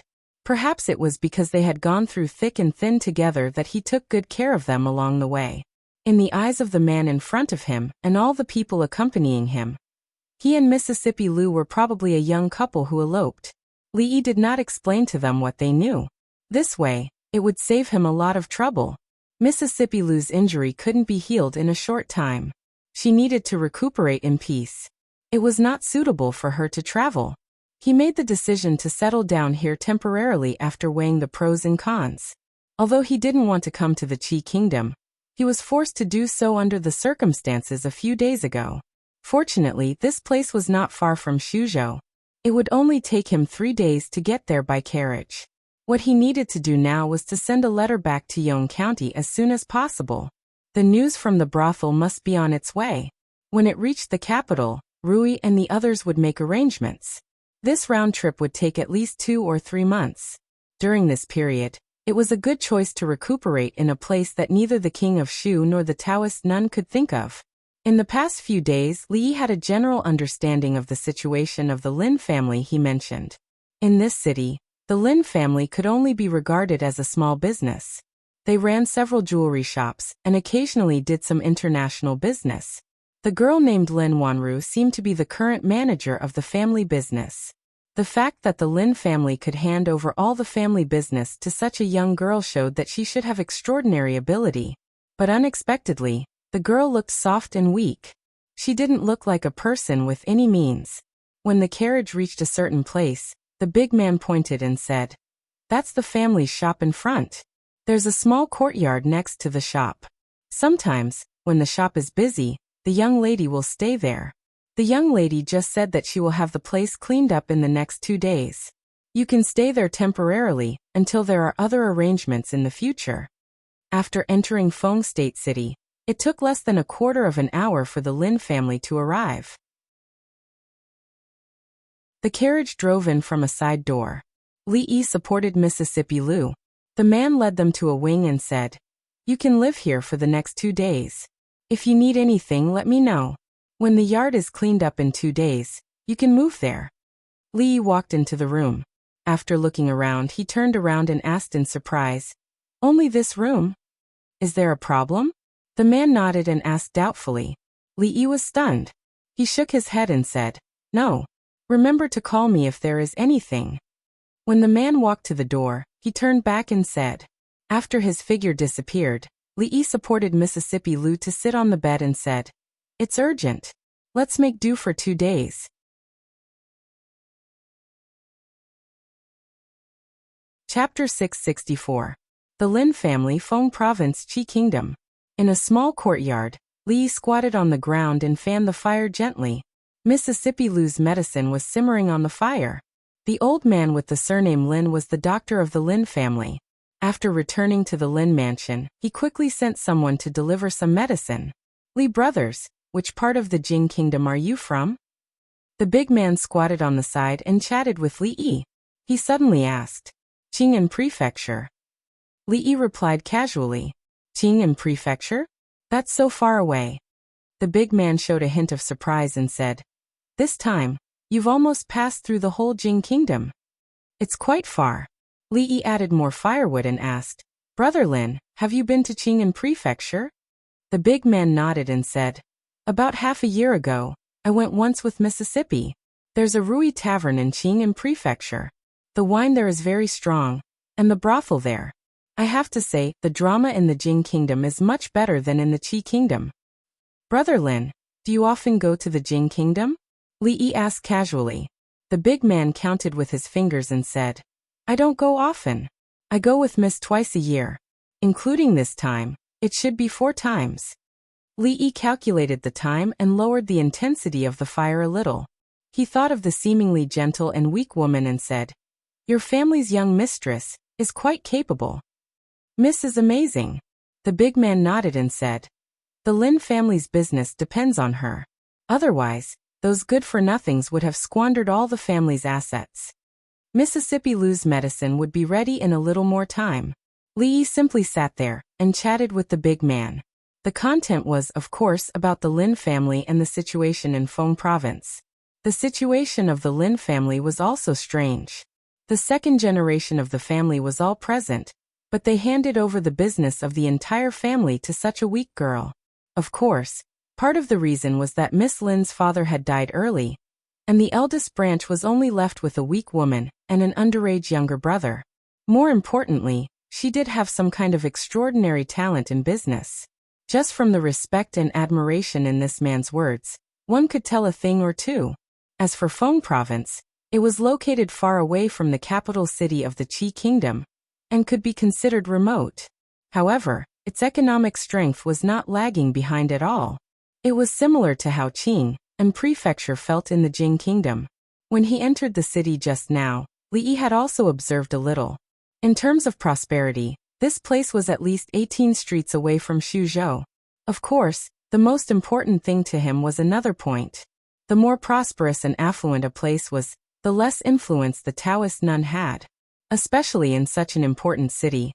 Their so-called holy religion could not act unscrupulously. Otherwise, if the claim that they had 100,000 followers in the Qi Kingdom was not an exaggeration, there might be 800 to thousands of them in Feng Province. It would really be a headache. The medicine is ready. Estimating that the time was up, Li Yi extinguished the fire and filtered out the medicine. He tasted a small mouthful and couldn't help but frown. He knew that Mississippi Lou was afraid of bitterness. Rui said that she had never touched bitter things since she was a child. How to make her drink this bowl of medicine was not a small problem. You go in. The big man stood up, waved his hand and said, I'll go to see Mississippi after a while. Lee walked in with the medicine. Seeing Mississippi Lou sitting cross-legged on the bed, he walked to the bedside and said, Drink the medicine first. Mississippi Lou opened her eyes and looked at the black medicine. She shook her head and said, I'll take care of myself slowly. I don't need to drink medicine. Lee looked at her and said, Drink it. It's not bitter. Mississippi Lou looked at him suspiciously.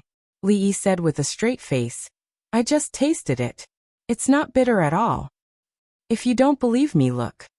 He picked up the bowl and drank a big mouthful. His expression did not change. Mississippi Lou took the bowl from his hand doubtfully. After tasting a small mouthful, her pretty face immediately frowned. She glared at him and said, You lied to me. Lee looked at her and said, Good medicine tastes bitter. Drink it quickly. You'll feel better after drinking it, and we can go back sooner. I won't drink it. Mississippi Lou put the bowl aside and glared at him for being lied to. She closed her eyes and continued to recuperate. Drink it. Drink it, and I'll give you a piece of candy. Lee persuaded her. Mississippi Lou glanced at him and said, Childish. 2 pieces. Give it to me first. In the meeting hall of the Lin family, more than 10 people were sitting in the hall. A woman named Lin Wanru sat at the bottom. She put a thick book on the table and said, This is the account for this time. Please take a look. As soon as she finished speaking, a thin man stood up and said, Little Ru, Lin Fong said that you encountered bandits on your way back. Is that true? Lin Wanru nodded and said, We did encounter a little trouble, but it was solved smoothly in the end. What trouble? A middle-aged man with a short beard frowned and said, Didn't I tell you to follow the caravan of the Bai family this time? Why didn't you come back with them? You were lucky this time. What if you encountered a bigger danger? Second uncle, the Bai family is the Bai family, and the Lin family is the Lin family. Lin Wanru looked at him and said, Why do we have to follow the Bai family for everything? The man with a short beard said, The Bai family and the Lin family are old friends. Why do you have to distinguish so clearly? Besides, when you marry in the future, second uncle, if there's nothing else, Wanru will go back first. Before the man with a short beard finished his words, Lin Wanru stood up and said directly, You. The short-bearded man pointed at him and said, Forget it, let's not talk about this first. I heard that this time you used 8,000 taels of silver to buy a glazed ware. Such a large amount. Why didn't you discuss it with us beforehand? If something went wrong, who would bear the responsibility? I will take the responsibility. Lin Wanru looked at him and said, Glazed ware is extremely rare. I intend to make this glazed ware the treasure of the shop. If such a glazed ware is placed in the shop, it will definitely attract more customers. That's a good idea. We can give it a try. If it doesn't work, we can also resell it. The glazed bracelets sold by the Treasure Pavilion a few days ago are very expensive. After she finished her words, everyone thought carefully, and suddenly there were many voices of agreement in the hall. The man with a short beard opened his mouth and didn't know how to refute. He thought for a moment and asked, I heard that when you came back this time, you also brought back 2 people. Who are they? Lin Wanru thought for a moment and said, I saved them from those mountain bandits. The man with a short beard frowned and said, The Lin family is not a charity hall. You can't take them back after you save them. Let them go these days. The Lin family doesn't keep idle people. They aren't idle people. Lin Wanru looked at the short-bearded man and said, That scholar is the accountant I just hired. A few days ago, Uncle Su said that his eyes were blurred from old age, and he could no longer read the account books. He told me to hurry up and find a new accountant to replace him so that he can retire. That scholar is the new accountant. The accountant is such an important position. How can we let an unknown outsider do it? The man with a short beard shook his head and said, No, I don't agree. Father handed over the family business to me before he died. It doesn't matter if second uncle doesn't agree. Lin Wanru looked at everyone and said, "In 2 days I will let him take over the accounts from Uncle Su. Does any uncle have any objections?" The man with a short beard looked back and gave a look to the others. "I think what second brother said is reasonable. The accountant is so important. How can we let an unknown outsider do it? No, I also don't agree with this. Xiaoru, you should find another one." Immediately many people stood up and spoke. The woman called Lin Wanru looked at them and nodded. She said, "Since no one agrees, then this matter is decided."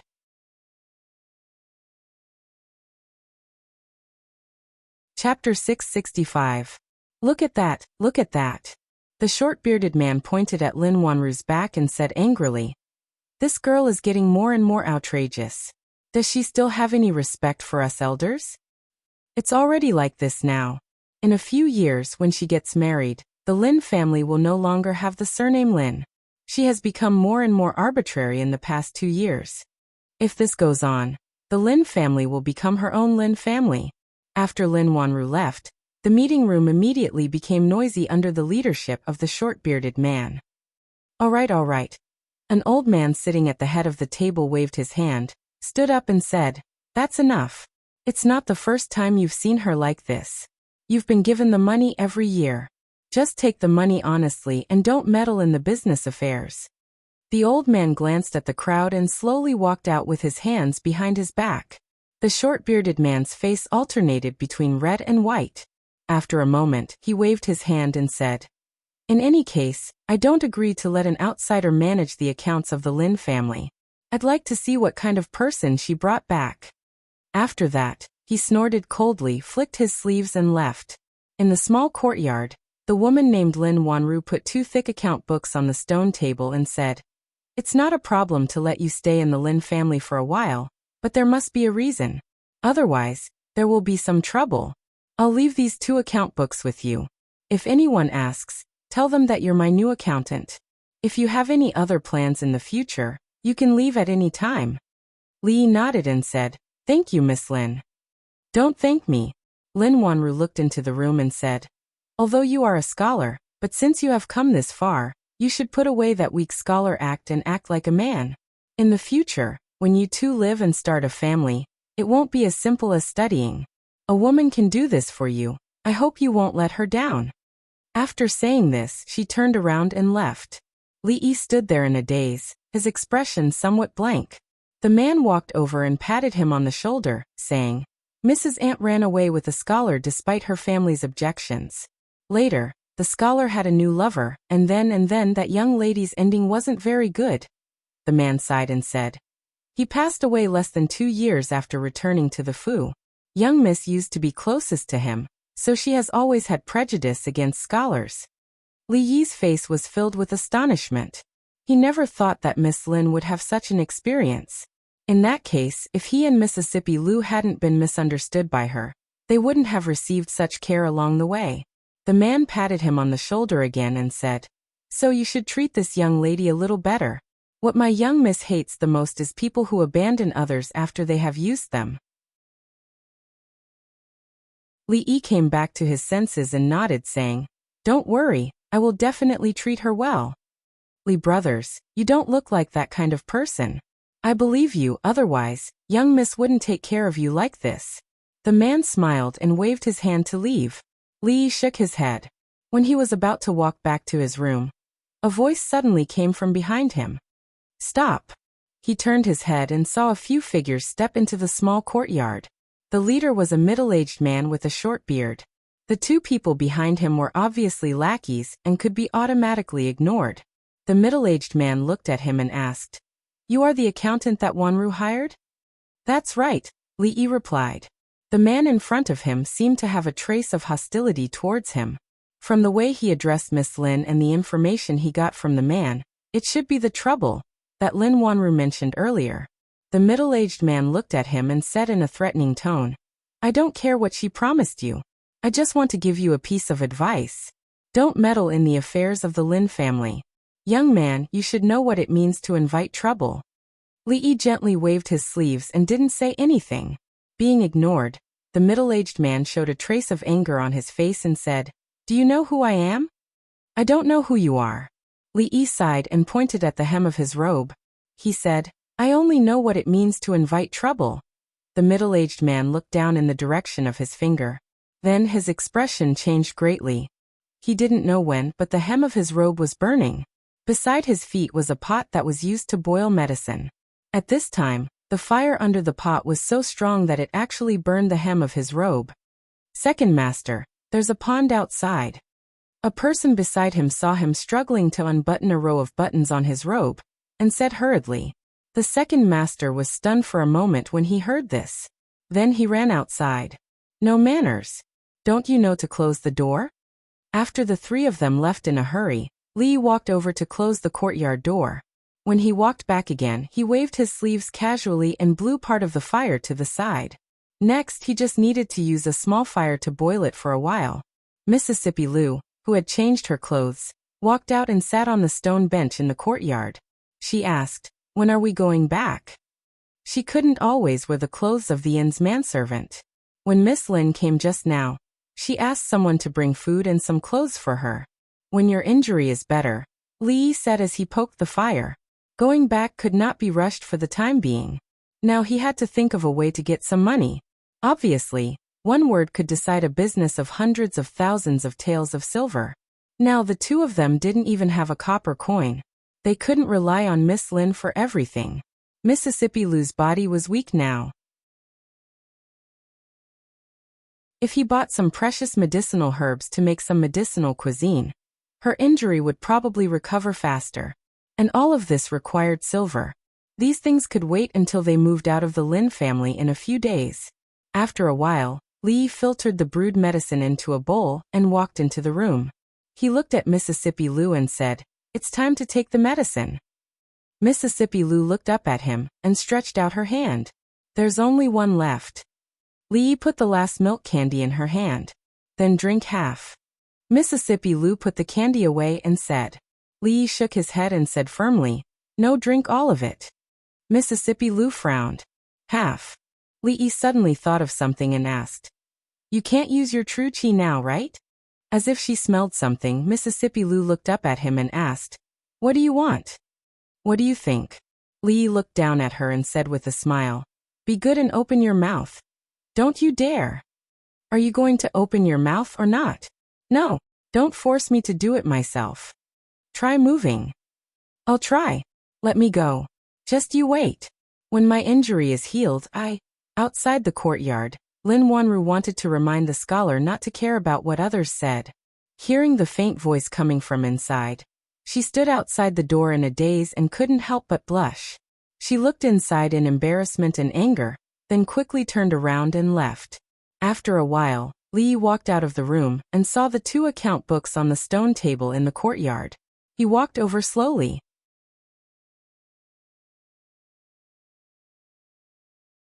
Chapter 666.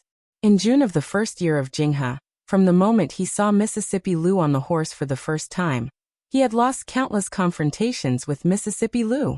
It was the first time that Li Yi was in an absolute advantage. Finally, he could hold his head high and sing like a surf. Even his mood inexplicably became better. He picked up the two account books and casually flipped through them. He usually asked others to check the accounts. He had never experienced the feeling of being an accountant. He shook his head and turned into the room. In the room, Mississippi Lu sat on the bed and looked at him coldly with eyes as sharp as swords. Anyway, she couldn't beat him now. Maybe when she recovered, she wouldn't be able to beat him anymore. Thinking about it, he was a little expectant. Sitting at the table, he opened the two account books and read them carefully. Achoo! Somewhere in the Lin mansion, a short bearded man wrapped in a quilt sat on the bed and sneezed fiercely. Yesterday, his clothes caught fire, and he jumped into the pond in the mansion in a hurry. Although he wasn't burned, he felt dizzy the next morning. The doctor said that he had caught a cold and had to stay at home to recuperate these days.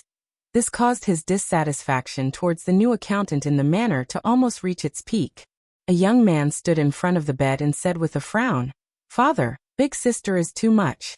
She simply treats the Lin family as her own. This can't go on. I only asked her for 100 taels of silver today, but she didn't give it to me. She even asked me where I spent the 200 taels of silver last time.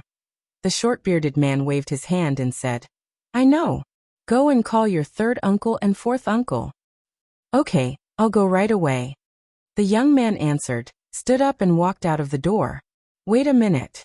The short-bearded man stopped him and asked, Where did you spend the 200 taels of silver last time?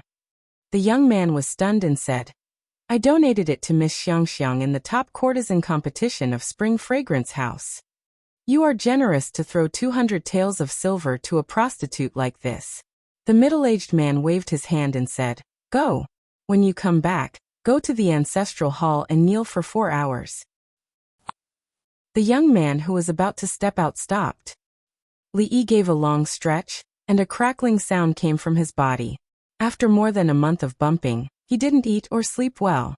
He finally slept on the bed for a day, but now he had to sleep on the ground again. It was better to move out as soon as possible. This morning he was going to take a look at the Lin family shop. He had made an appointment with the man named Lin Yong yesterday. On the way, he was going to tidy up the yard there. If he was fast, he could move in tonight. Li brothers, have you woken up? We're about to go.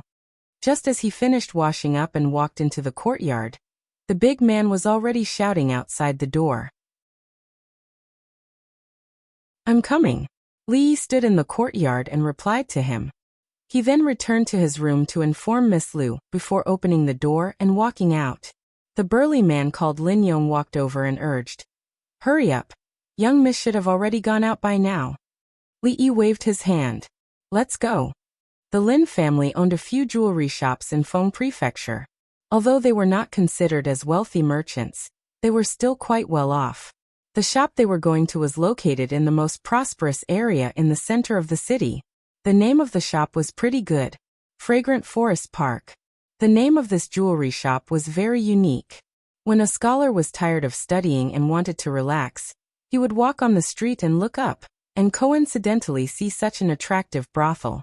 Therefore, he happily entered the shop, but because he touched a female employee's hand, he was surrounded by people. He couldn't escape the crime of taking liberties with a woman. Helpless, he could only spend 100 taels of silver in the shop to settle the matter. Otherwise, he would be reported to the authorities. Unfortunately, there were only male employees in the shop. It was obvious that Miss Lin had not thought of such a good way to make money. These are all valuable things. You guys move slowly. Put this down, I'll do it. The man in front directed the workers to unload the goods from the carriage. Among them, there were many goods that were transported from the Jing Kingdom. Although the Jing Kingdom lagged behind the Qi Kingdom in many aspects in terms of economy and military, it was far ahead in terms of fashion. It was the target of pursuit by all the neighboring countries, including the Qi Kingdom. Ruidu, perfume, soap, and women's bras were popular in the Jing Kingdom. They were also very popular in the Qi Kingdom. Many merchants had shipped these goods from the Jing Kingdom to the Qi Kingdom and made a fortune. If the old emperor saw this scene, he would be very pleased. In some aspects, the Jing Kingdom had subtly influenced many neighboring countries. Put this in the most conspicuous place. Be careful. This horse is worth 8,000 taels of silver. If it's damaged, you won't be able to pay for it even if you sell yourself. Li Yi saw the man take out an item from the box and put it in a place where he could see it as soon as he stepped into the shop. He couldn't help but be stunned. After a while, he slowly walked over and asked the woman, Miss Lin, did you also buy this horse from the Jing Kingdom? Lin Wanru glanced at her and said lightly, This is called Flying Swallow Horse. Of course, Li Yi knew this horse was called Flying Swallow Horse. The 4 words on the pedestal were made by him. This Miss Lin treated him and Mississippi Lu well. Li Yi really felt bad for letting her spend 8,000 taels of silver to buy such a thing. Her situation in the Lin mansion was not very good. If she really sold Liolia's glass, wouldn't she be blamed by those people? As a person who knew how to repay kindness, he would remind her to change hands as soon as possible if there was a chance in the future. Otherwise, he would feel even worse. However, this Miss Lin didn't seem to be in a good mood now. There was still a long way to go. It wouldn't hurt to tell her in a few days. That girl is still injured. Hearing her sudden words, Li Yi turned his head in confusion. He didn't know why she suddenly said this. Lin Wanru glanced at him. Her expression was slightly abnormal. She said, "During this period, you'd better control yourself." Control? Control what? Li Yi asked doubtfully. This time, Lin Wanru didn't answer. She directly turned her head and left. Inexplicable. Watching her leave in a hurry, Li Yi shook his head. He walked over and asked the man, "Brother Lin, where is the nearest pawn shop?" Pawn shop? A trace of doubt appeared on the man's face. He asked, "Why do you ask about the pawn shop? If you don't have money, just tell me. You can take some from me first." Li Yi shook his head and said, "I happen to have some useless things on me. I want to pawn them." "Okay." The burly man nodded, pointed in a certain direction, and said, "The pawn shop is quite far from here. Walk forward from here. Do you see that cloud? Walk to the bottom of that cloud, turn right into a street, and then turn left. You still have to walk for about 2 more streets, and then. The man scratched his head and said, "I only remember this much. When you get there, you can find someone to ask." Li Yi was proud of his sense of direction to be able to find this pawn shop with such an unreliable way. He looked at the 2 big words pawn shop, erected at the door of the shop and walked in.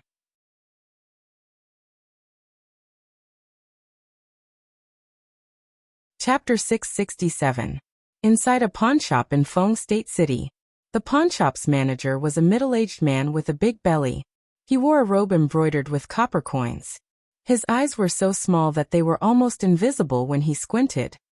He was holding a jade pendant in his hand and carefully examining it. After a while, he put down the jade pendant and looked at the man wearing a bamboo hat in front of him, saying, "I'm sorry, sir, but we can't accept this jade pendant." "Why?"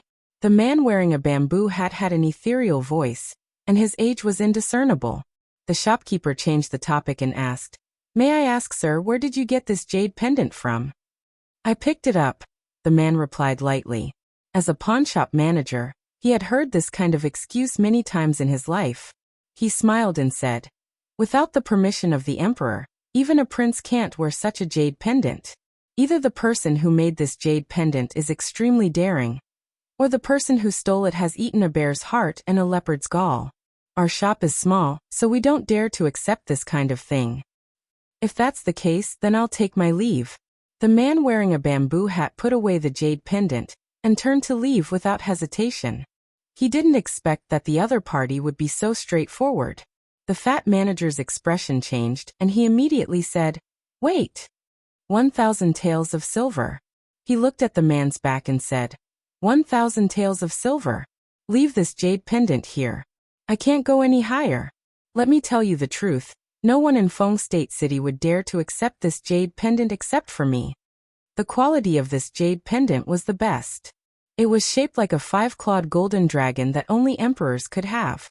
Of course, this didn't mean that this kind of jade pendant only appeared in the royal family. Some officials who had great merits or were extremely favored would often be rewarded by the emperor. They would be able to own some royal items, but these things were treated as family heirlooms and rarely leaked out. Because of this, the value of these items was extremely high. Although they couldn't be sold openly, there was actually a market for them secretly. The manager walked to the door and closed it. He then slowly said, "How about it? Do you want to consider it?" After a quarter of an hour, a man wearing a bamboo hat came out of a pawn shop in Feng State City with a bag in his hand. 1,000 taels of silver sounded like a lot, but it wasn't heavy at all. In the future, it would only be about 60 pounds. Buying medicinal herbs and other things required a lot of silver. The most valuable things they had were Mississippi Lou's autumn water and the jade pendant hanging on it. Mississippi Lou wouldn't sell the jade pendant even if she was beaten to death. He forgot when she had asked for that jade pendant from him. A dragon-shaped jade pendant was rarely seen. It was probably given by the old emperor. He didn't expect that it would come. As for the bamboo hat on his head, he had just bought it on the street. He had even borrowed a few taels of silver from the burly man surnamed Lin. Although no one here knew him, it was better to be vigilant just to be on the safe side. After all, he had a bamboo hat, and a middle-aged man. Bai and Li and he Ling. On his way here, he passed by a medicine shop and wanted to buy some useful medicinal ingredients. Li took a few steps and suddenly stopped. He turned his head to look and saw two shadows flashing into the alley. Li didn't stop and continued forward. Big brother, that man just came out of the pawn shop. His bag was bulging. He must have pawned something good. He's alone. Let's follow him. We might be able to kill a fat sheep this time. Contact third brother. We have a job. Whispers could be heard coming from a small alley somewhere. After an hour, Li came out of a pharmacy.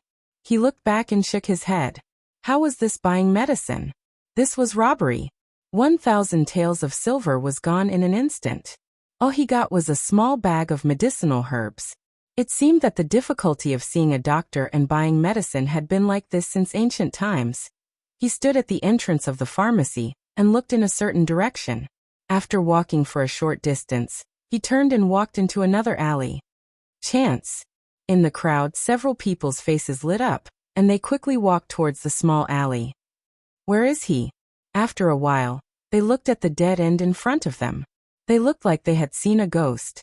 They clearly saw the man wearing the bamboo hat walk in here. How did he suddenly disappear? Could it be that he flew into the sky? Just as this thought appeared, a black shadow suddenly appeared in front of them. Li jumped down from the wall and knocked out 3 people. He stood at the entrance of the alley and asked the last person, "Who sent you? Where is the Empress?" What Empress? The last man's face was pale and cold sweat dripped from his forehead. It's good that you don't know her. Li walked over and knocked him out. He walked out of the alley. Halfway out, he turned back. He searched the waists of the 4 people and took out a few money bags. This was a critical time. It was time to pick up his old profession. His family is quite well off. He collected the dozens of taels of silver and walked out of the alley.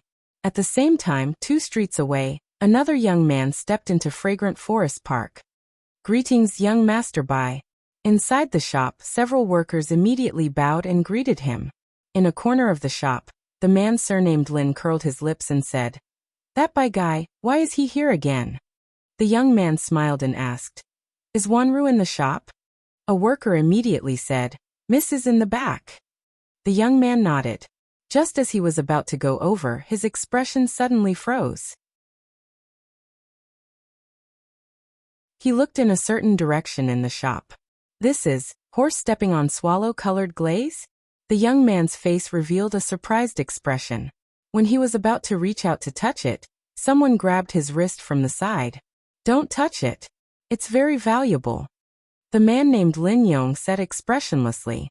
The young man showed an apologetic expression and said, "Sorry, it's the first time I've seen such a perfect colored glaze. I couldn't help myself." His eyes stayed on the colored glaze for a while. Seeing a figure walk out from the back, he hurriedly walked over and said with concern, "Wanru, I heard that you encountered bandits on your way back. How are you? Are you hurt?" A guilty expression appeared on the young man's face. "If I knew this would happen, I wouldn't have let you go. It's all my fault." Lin Wanru took a step back and said, "Thank you for your concern, brother. I'm fine." "As long as you're fine." The young man nodded, then a smile appeared on his face as he said, "Yesterday, I happened to get a piece of Zhao Xiuwen's calligraphy. I don't know much about poetry, but I know Wanru likes it, so I specially brought it over today as an apology." He waved his hand. Immediately, someone behind him took out a scroll of painting and unfolded it on the table beside him.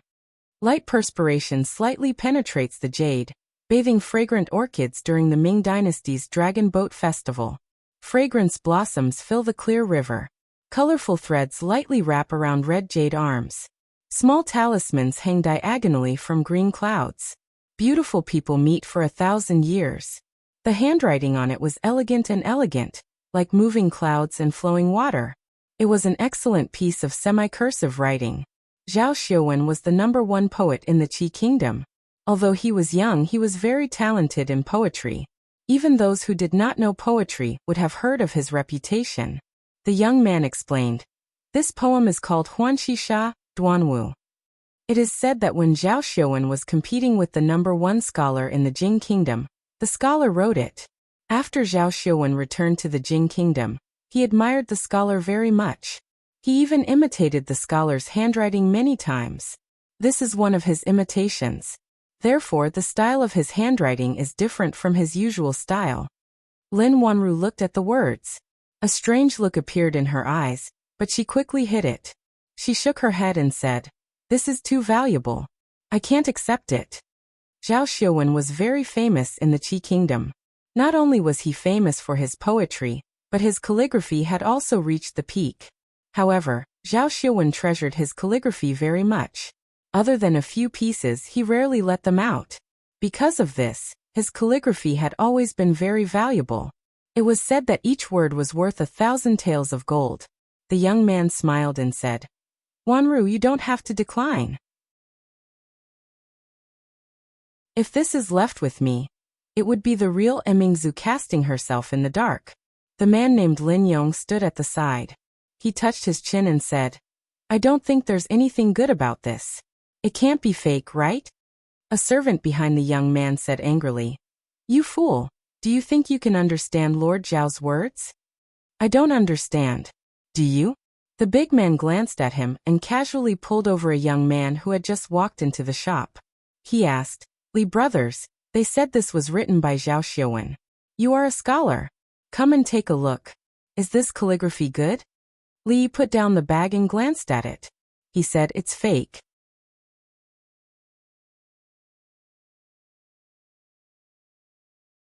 Chapter 668. How could he not know whether this Huanxisha, Duanwu, painting before him was the work of Zhao Xiuwen? Back then, that shameless fellow had begged him to give him the original manuscript of this famous poem. He had even brought up the international relations between the Qi kingdom and the Jing kingdom. Later, he had even personally sent a work that he was proud of to his home. It was impossible for him not to accept it. If he had known that this fellow's calligraphy and paintings were worth so much money in the Qi kingdom, he would not have pawned the jade pendant that the old emperor had given him. Of course, shamelessness was one thing. When it came to poetry and composition, Li Yi had to admit that this fellow was indeed a genius. He could barely produce good calligraphy. There was no need for him to copy Wang Shiji's semi-cursive script into such a cowardly appearance. If anyone dared to say that this piece of calligraphy was written by Zhao Xiuwen himself would probably want to beat that person up. The man curled his lips and said, Look. Even the Li brothers are saying that your calligraphy is fake. Hurry up and take it back." Before the young man could speak, the servant beside him immediately jumped out and said loudly, "Who are you? If you say it's fake, then it's fake. My young master spent 2,000 taels of silver to buy it. If you don't know anything, then don't speak carelessly." "Brother, are you saying that this piece of calligraphy is fake?" The young man did not get angry. Instead, he revealed a smile and looked at him as he asked. Li shook his head and said, "The calligraphy can't be said to be fake. However, if you insist that it was written by Zhao Xiuwen, then it's a little fake." The young man asked again, "Brother, do you have proof?" Lin Wanru, who was at the side, tilted her head to look at him and shook her head slightly. Although Zhao Xiuwen was famous in the Qi kingdom, it did not affect the Jing kingdom. He might not even know who Zhao Xiuwen was, so how could he know Zhao Xiuwen's calligraphy? Even she, who was extremely familiar with Zhao Xiuwen's handwriting, could not tell that this piece of calligraphy was fake. How could this poor scholar who was picked up on the road be able to tell? If he spoke so casually, he would be put on the spot later. Evidence? Li casually took a pen from the counter and scribbled on another piece of paper before saying, "Coincidentally, I am just like Zhao Xiuwen. I admire the #1 scholar in the Jing kingdom who is handsome, elegant, literary, and peerless in martial arts. I like to copy his handwriting. Sire, surely you don't think that the famous Zhao Xiuwen of the Qi kingdom is inferior to a nobody like me?" Li put down the pen and the piece of paper. When Lin Wanru and the young man looked over, they couldn't help but be stunned. There was only one sentence on that piece of paper.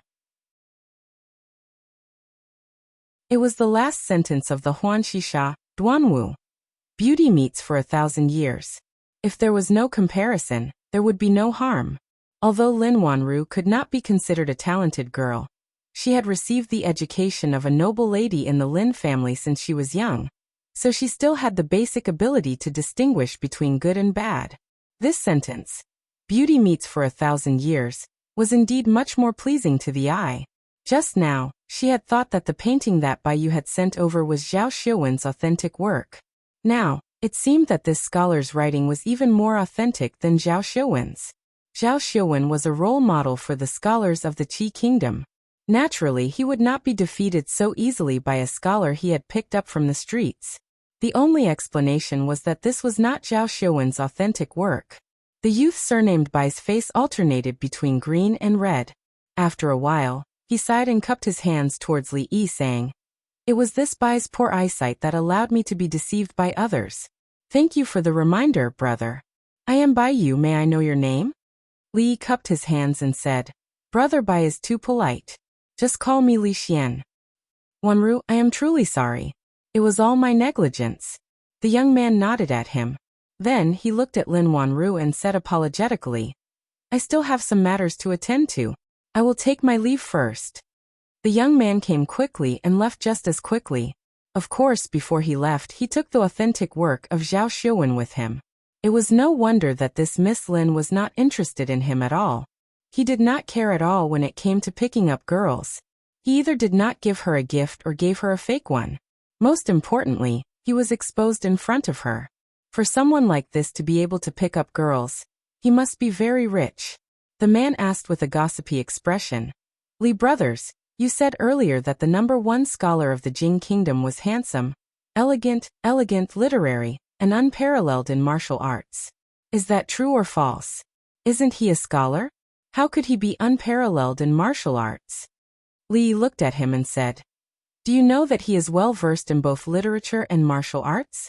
In the Jing kingdom, the name Deadly Scholar can stop children from crying at night. Which martial artist in the martial arts world would not tremble upon hearing it?" Lin Wanru thought for a while and suddenly said, "I have heard that Li Yi is no more than 4 feet and 5 inches tall. He is short and has the head of a rat and the eyes of a deer." What? Li Yi could not help but widen his eyes when he heard this. 1 foot and 33 centimeters, 4 feet and 5 inches. In total, he was not even 1.5 meters tall. Was he that short? And the remaining 1 foot was eaten by the people of the Qi kingdom? Short and 5 inches tall, rat in the eyes of a deer. Just go to the capital and ask around. Who would not give a thumbs up when the name of County Uncle Li was mentioned? Who did not know that County Uncle Li was handsome and elegant? He was the object of love for countless girls in the capital, regardless of gender and age. Slander. This was a shameful slander. He said with some embarrassment and anger. Who said this? That is what people say. Lin Wanru put away the piece of paper and said, "However, you are from the Jing kingdom, so you should have seen the #1 scholar. It seems that the rumors are wrong." Li Yi agreed with her words and said, "Wrong? It is not just wrong, it is a big mistake." The man nodded and said, "I think so too. No matter what, he is the #1 scholar. He must be much better than Bai Yu, that pretty boy." "You are right. County Uncle Li is naturally not comparable to those pretty boys." Li nodded and said. The man looked at him with a strange look and said, "Aren't you scholars all pretty boys?" "Young master, that guy dared to deceive us with a fake. Report him to the authorities immediately." On the street, a servant behind the young man said angrily while gritting his teeth, "You don't have to worry about this." The young man stopped in his tracks and turned around to say, "Find out the background of that Li Xian and his relationship with Wanru." "Yes, young master." The servant was stunned for a moment, and immediately replied. At the same time, in an alley somewhere in the city, a figure slowly climbed up with the help of the wall. He rubbed his slightly aching head and shook the 3 people lying around him to wake them up. "What happened just now? I think I was knocked out. Where is that fat sheep? Fat sheep my ass." The leader of the group knocked his head. He thought it was a fat sheep, but he did not expect to be blocked by a tiger. Not only did he get beaten up, but he also lost his wallet. Next time, keep your eyes open. If you see someone wearing a bamboo hat, take a detour. The leader rubbed his head and said bitterly, "Let's go." Not long after, several people walked out of the alley. As they walked on the street, they began to look for their next target. The big man saw a scholar coming out of a brothel. Before he could walk over, he was suddenly pulled by the arm and pulled to a corner. "What are you doing?" His expression changed. He thought that he was about to be discovered.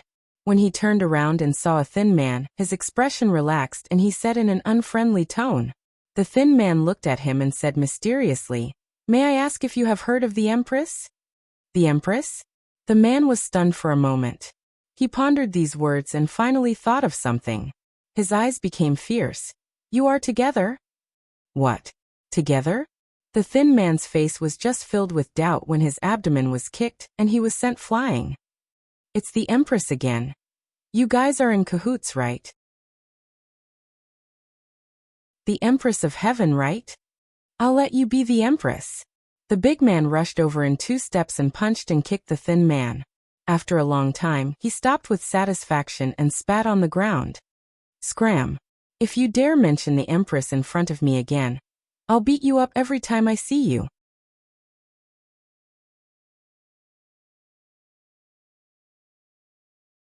Chapter 669. Lee Brothers, the courtyard has been tidied up. You and that lady will live here from now on. Lin Yong walked out of a small courtyard next to Fonglin Park and said, "This place is close to the shop, so we can take care of each other." The courtyard had been tidied up by a few shop assistants. It was said that it was where Miss Lin stayed for a short period of time. It was not big, but the location was very good. It was almost in the prime area of the city. Li Yi went in with the man's lead. Next to the main room, there was a small kitchen. It looked like it had never been used. It could be used with some pots and pans, which was exactly what he wanted. Apart from the small kitchen, there was only one room. This place is not big. Miss used to rest occasionally at noon. You two can make do with it. The big man looked around and said, "See if you still lack anything and tell me.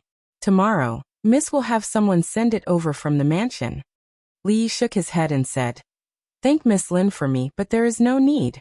We can slowly add the rest in the future." After the man left, Li first bought 2 bolts of cloth from the cloth shop outside and hung them in the room, dividing the bedroom from the middle. There were no extra rooms here, so he could only make do like this. The kitchen utensils were also bought, and he even had time to buy rice and vegetables. Before the sun set, he had almost bought everything he needed. If there was anything missing, he could wait until tomorrow. After that, he locked the door. Fonglin Park happened to be closed, so he returned to the Lin family with the man. He refused the man's offer to send them in a carriage and helped Mississippi Lu out of the courtyard. He had been away from home for more than a month. He didn't know how Rui and the others were doing. The news from Shuzhou would probably take a few days to get back. They probably didn't expect that he had come to the Qi Kingdom. He had to find a way to get the news out as soon as possible. He didn't have to worry about the situation in the capital. Even if the academy had its own operating system, with Li Xian watching over it and Li Han around, there wouldn't be any problems. It was unlikely that anything big would happen to his family, and it was unlikely that the old emperor's health would deteriorate to that extent in just 3 to 5 months. Yongning and Shaning would probably stay in the palace for a long time. He didn't know if the eldest princess would still practice her sword in the morning dew hall every day. What was the situation in the small courtyard in Willow Lane? Li didn't know any of this. When he walked out of the Lin mansion, he turned his head and saw that Miss Lu was frowning. Li thought for a while, squatted down and said, "Come on up." Mississippi Lu shook her head and said, "It's okay. I can walk." Li urged, "You don't have a problem, but I do. It's getting dark. If we continue walking like this, we won't make it before the curfew. Hurry up, don't dawdle." Mississippi Lu glanced at him, gritted her teeth and said, "When my injuries are healed." Li lifted his head and looked at her. "What do you want to do after you've recovered? Hurry up, don't dawdle. I'll thank you properly when I recover." Mississippi Lu laid on Li Yi's back and slowly closed her eyes. She emphasized on the word thank you. Li Yi waved his hand and said, "You're welcome. We're family. It's what I should do." It took about half an hour to walk from the Lin family to the shop. The night was about to fall. There were not many pedestrians on the streets of Feng State City. under the light of the setting sun. A long shadow spread out behind him. Li suddenly sighed and said, "Don't be so silly in the future." This time Mississippi Lu did not respond. Thinking of something, Li tilted his head and asked, "Actually, there's something that I've always been curious about." "What is it?" Mississippi Lu asked lightly. "How did you fall in love with me?" Li looked at her profile and asked, "The first time we met, you were riding on a horse." Mississippi Lu thought for a moment and said, "Uncle Fong said that the scholar looked easy to bully, so I chose him." Li curled his lips and said, "Admit it. You were subdued by my temperament. At that time, your hair was messy, your clothes were untidy, your head was full of sweat, and you even lost one of your shoes. Is this your temperament?" Mississippi Lu suddenly asked curiously, "By the way, why did you run that day?" There was no way to continue this conversation. Li turned his head and quickened his pace. He said, "I like to run. It's none of your business." Feng Province was an important city of the Qi Kingdom. It was the political and military center of the surrounding prefectures. The curfew system was very strict. The city gates were closed at the hour of the sea. Even the red light streets and alleys were not allowed to walk on the streets at this time. Those who violated the rules would be punished, and those who violated the rules would be sentenced to death. After the second watch, there was no one except for the night watchmen and patrolling soldiers. At this time, it was close to the hour of the sea. There were not many people on the streets. A group of riders quickly entered the city and galloped through the streets. Soon, they arrived in front of a luxurious mansion. The figure at the very front dismounted his horse and asked, "Has His Highness rested?" A servant at the entrance of the mansion immediately said, "It's not the hour of the sea yet. His Highness is dealing with official business. Please wait for a moment, General.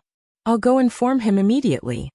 Not long after, in a study in the mansion, Shen Han greets His Highness.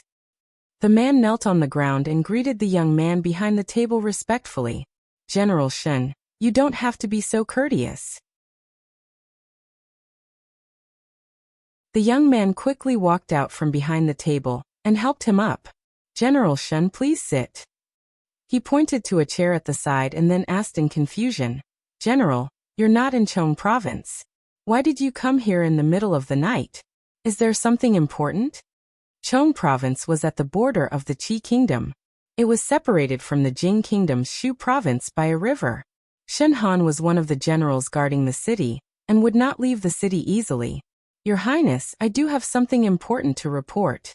Shen Han cupped his hands and said, "Over a month ago, Li was taken away from the capital of the Jing Kingdom.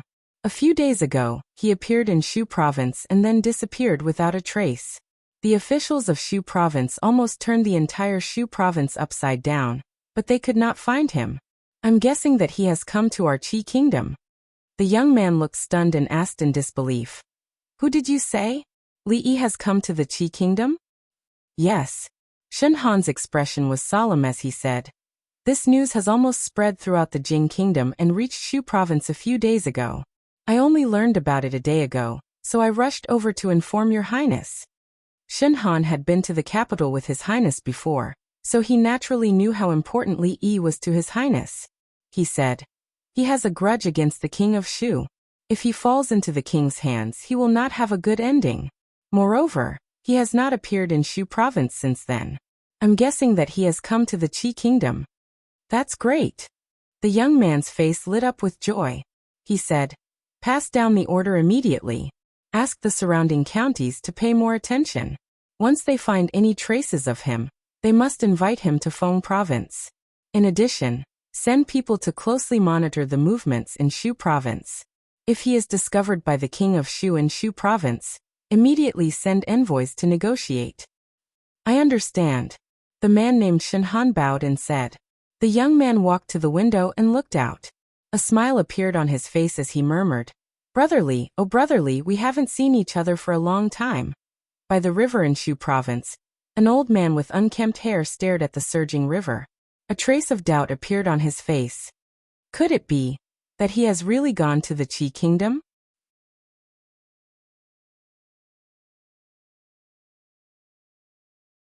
Chapter 670. From today onwards, Li Yi planned to raise Mississippi Lu like a pig for a long time. The contents of this bowl of medicinal cuisine were very rich. Ordinary people might not be able to withstand the effects of the medicine, but with Mississippi Lu's physique, there was no need to worry about the problem of not being able to withstand it. With all kinds of tonics, the sooner her body recovered, the sooner she could go back. He served a bowl of porridge to Mississippi Lu and himself, and sat in the yard. The man named Lin Yong walked in from outside.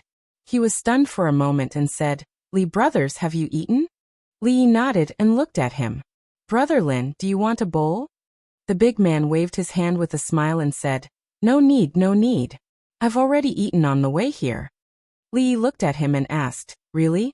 Delicious, it's really delicious."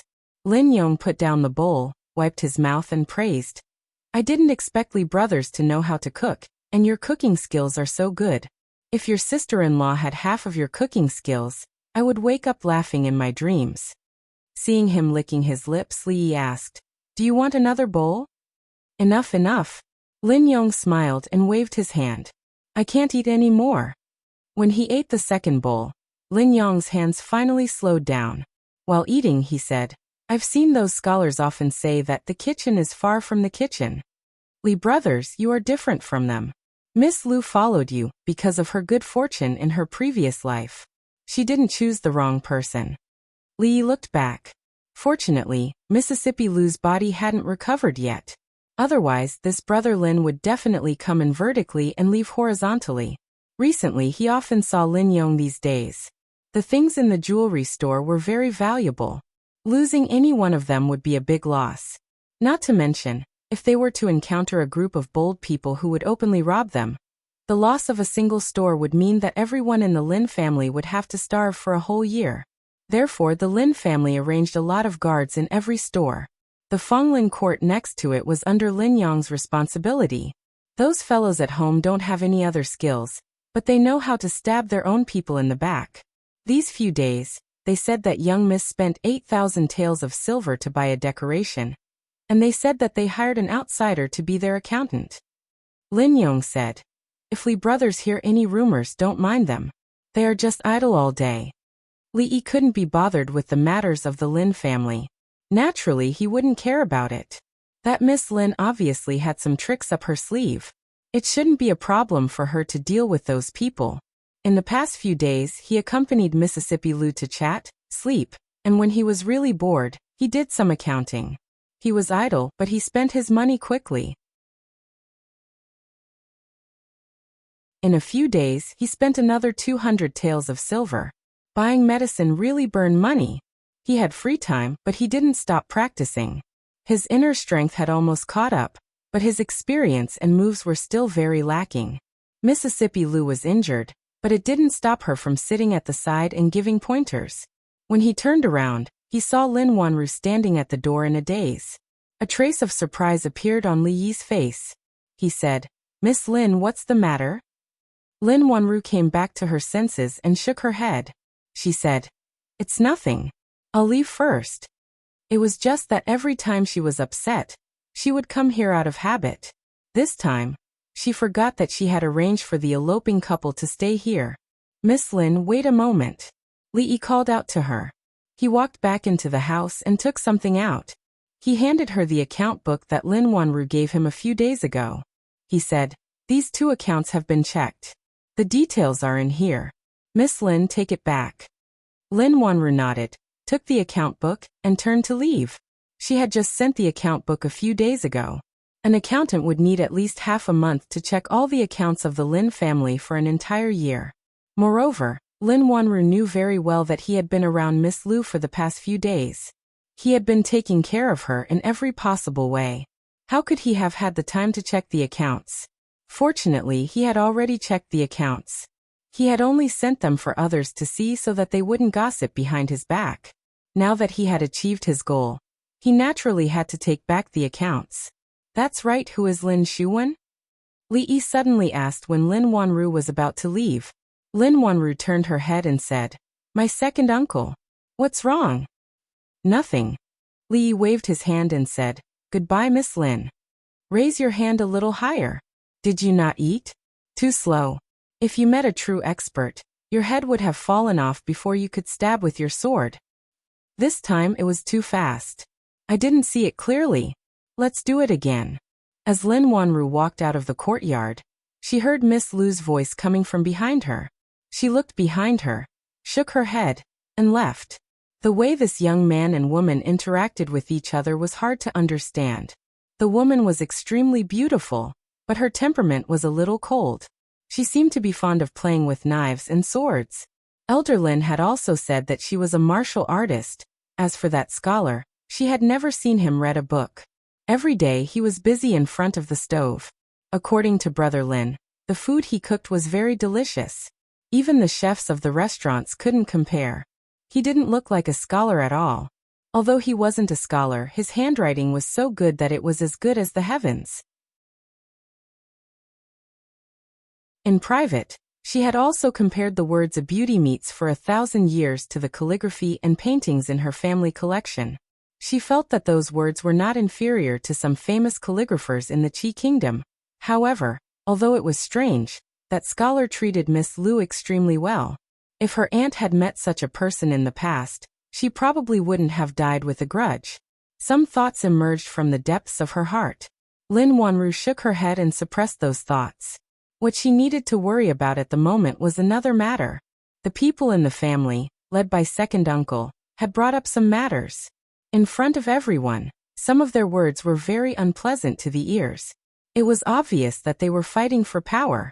The second and third branches didn't have many resources in their hands. It was understandable that they wanted to force her to give up some of her power.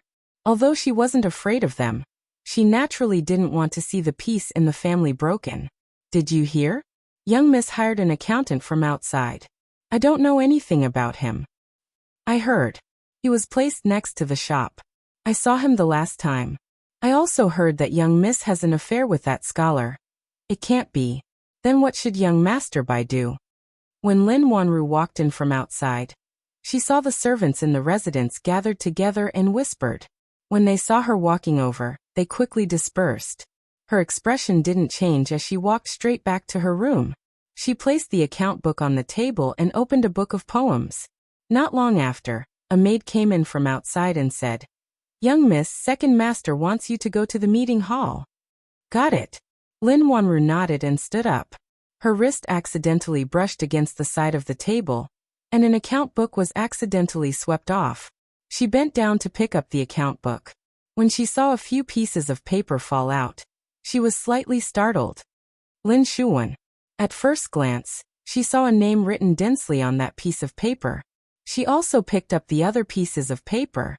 After looking at them carefully for a while, she put the account book to the side. It was only now that she finally understood what that scholar meant when he asked that question.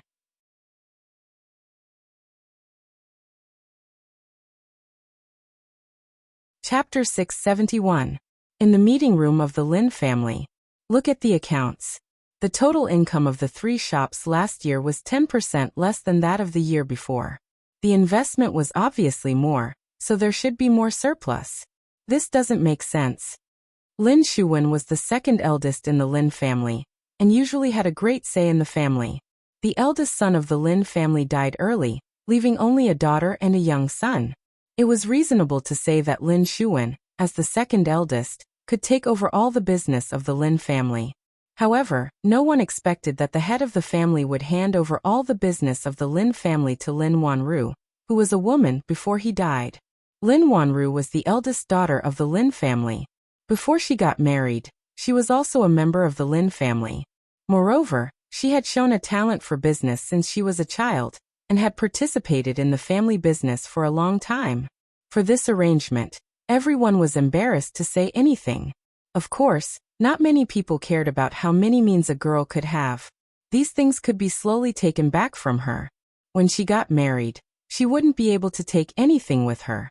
However, later they realized that they still looked down on this niece. In the past 2 years, the business of the Lin family was getting bigger and bigger in her hands, and others couldn't get involved. In the past 2 years, she could be said to have monopolized the economic power of the Lin family. At this time a young man said, "Second uncle, are you suspecting the eldest sister?" I didn't say that. Lin Shuwen picked up a booklet, patted it on the table, and said, anyway, the account book is here. The loss is the loss. I think Wanru has to give all of us an explanation for this matter.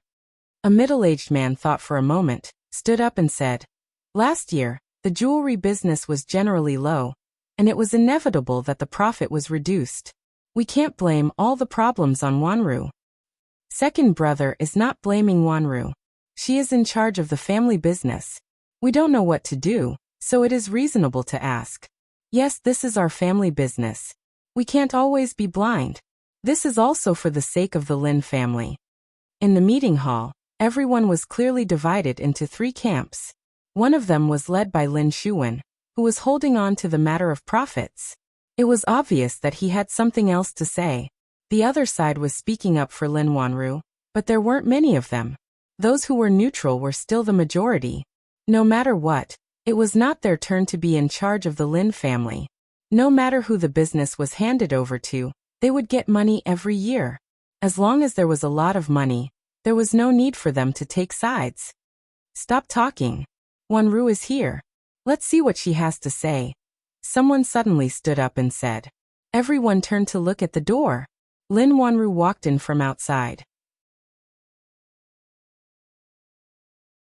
She nodded slightly at everyone, then looked at Lin Shuwen and asked, second uncle, did you ask me to come here for something important? There is really one thing that is more important. Lin Shuwen nodded and said, yesterday I looked through the account and found that the investment of our Lin family last year was 20% more than the year before. Why did the profit decrease? This is really unreasonable. The business of the Lin family has always been managed by Wanru. I'm afraid that Wanru has to give all of us an explanation for this matter, right? Lin Wanru looked at him and asked. In business there are profits and losses. It is normal to have a small fluctuation in profit, isn't it? Lin Shuwen smiled and said. What Wanru said is true. There are profits and losses in business, but last year was obviously a good year. It is impossible for the profit not to increase but decrease. Of course, I don't mean anything else. It's just that the Lin family belongs to all of us. The Lin family needs all of us to protect it. It concerns the interests of all of us, so we can't be careless. Lin Shuwen had a smile on his face, as if he was thinking for everyone's sake. So what do you mean, second uncle? Lin Wanru looked at him and asked. Lin Shuwen said with a smile. There are so many people in the Lin family. We also feel sorry to let you, a girl, take care of it inside and outside. Such a heavy burden falls on you. And it is inevitable that there will be such negligence. So, I think it is better to divide the other 2 shops and hand them over to others to manage. In this way, you will be much more relaxed and can concentrate more. The unspoken implication of his words was that Lin Wanru, as a woman, was unable to manage such a large Lin family. That was why there was a loss this time. It was better for her to give up her power early on. That way, everyone's interests could be guaranteed. I think second uncle is right. Yes, Wanru should also have a good rest.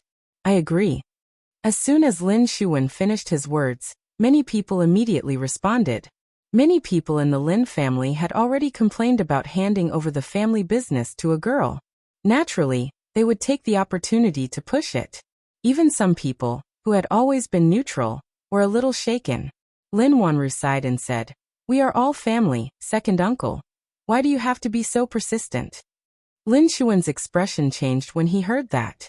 He said, Wanru, what do you mean? Second uncle is also thinking for the Lin family and for you. Do you think second uncle is harming you? So second uncle is really not going to let us go this time? Lin Wanru looked at him again and said, You really take my good intentions for ill intentions. Lin Shuwen said with a face full of anger. I am doing this for the Lin family. Why can't you understand? In that case, Lin Wanru looked at him and said, From today onwards, second uncle doesn't need to worry about the supply of goods from the shop in the north of the city. I will arrange for someone else to take over. After saying that, she turned to look at the other 2 people and said, Third uncle, fourth uncle, you don't need to go to the shop today. I will arrange for a new shopkeeper as soon as possible. As soon as Lin Wanru's voice fell, the hall suddenly became quiet. Many people raised their heads and looked at her in disbelief. How could she still say such words at this time? Lin Shuwen was stunned. Instead of being angry, he laughed and said, "Wanru, do you really think that the Lin family is your Lin family? I'm afraid no one will agree to such an overbearing attitude." He looked back at the people in the hall and said, "You have all seen how overbearing she has been in the past 2 years. Since when did a woman have the right to be in charge of the Lin family?" "Second uncle, don't be so agitated." Lin Wanru shook her head and looked at him. She said, "When I came over just now, I sent someone to report to the authorities. Second uncle colluded with the Bai family who supplied the goods, and took 17,652 taels of silver from the shop in a year. This is already more than 10% of the Lin family's annual profit. For embezzling so much silver, I'm afraid you will have to go to prison for decades. But second uncle, you don't need to worry. I will take care of everything after this for you. Aunt has entered the Lin family, so she is a member of the Lin family. You can go in peace. The family will take good care of her. If Aunt wants to remarry, we will find a good husband for her. Xiao Fei has already grown up and can take care of himself. The family will not mistreat him. You don't need to worry about this." Lin Wanru said these words calmly, but it set off a storm in the hearts of the people. "You." Lin Shuwen was stunned for a moment, and his expression changed greatly. He opened his mouth and was about to speak, but Lin Wanru waved her hand and said, "Second uncle, you don't need to thank me. We are all family. This is what I should do."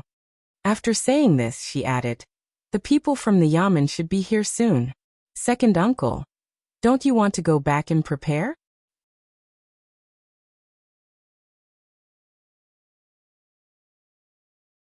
Chapter 672. You don't have any evidence. Don't slander me."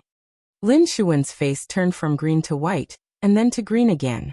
A trace of disbelief quickly appeared on his face, but it soon disappeared. He pointed at Lin Wanru and said, "You want to firmly control the Lin family and can't bear to let go of power, so you used this despicable method to frame your second uncle. You don't care about the Lin family. Do you still care about me, your second uncle?" "It's because I care about the Lin family and second uncle, so I wanted to suppress this matter." Lin Wanru sighed and said, "But after second uncle's reminder, Wanru suddenly realized that the Lin family is not my Lin family, nor is it second uncle's Lin family.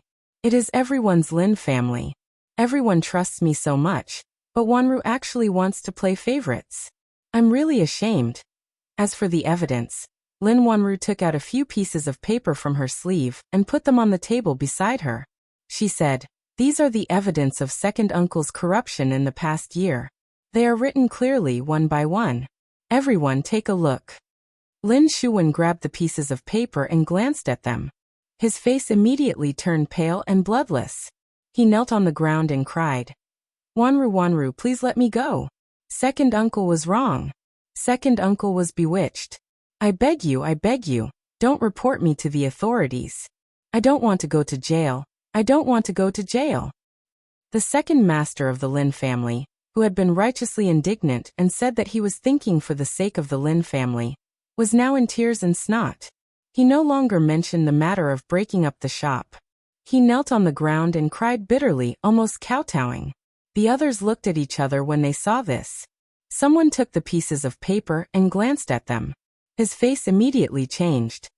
"Second brother, why did you? 18,000 taels of silver. You've taken all the money that was missing." You said Wanru, so it was you."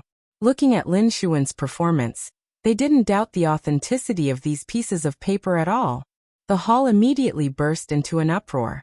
Lin Wanru shifted her position slightly and stood beside Lin Shuwen, not letting him face her directly. She looked at the crowd and said, "After all, this is our Lin family's matter. What do you all think we should do about it?" The noise in the hall decreased slightly. Everyone looked at each other and didn't say anything. This matter was really difficult to deal with. After all, Lin Shuwen was a member of the Lin family. If they really took him to court, it would be a disgrace to the Lin family, and it would be detrimental to the stability of the Lin family. However, if they just let it go and pretend that they didn't see it, they wouldn't be able to convince the masses. After a moment, an old man sighed and said, "Although Shuan is wrong, he is still a member of our Lin family. We don't need to trouble the authorities with this matter, right?" Another man nodded and said, "Third uncle's words are reasonable. We shouldn't wash our dirty linen in public. If it gets out, our Lin family will become the laughingstock of Feng State City. We don't need to trouble the authorities. Wanru, what do you think we should do about this matter?" Someone shook his head and looked at Lin Wanru. Lin Shuan suddenly raised his head, and a glimmer of hope emerged in his eyes. Lin Wanru was silent for a moment.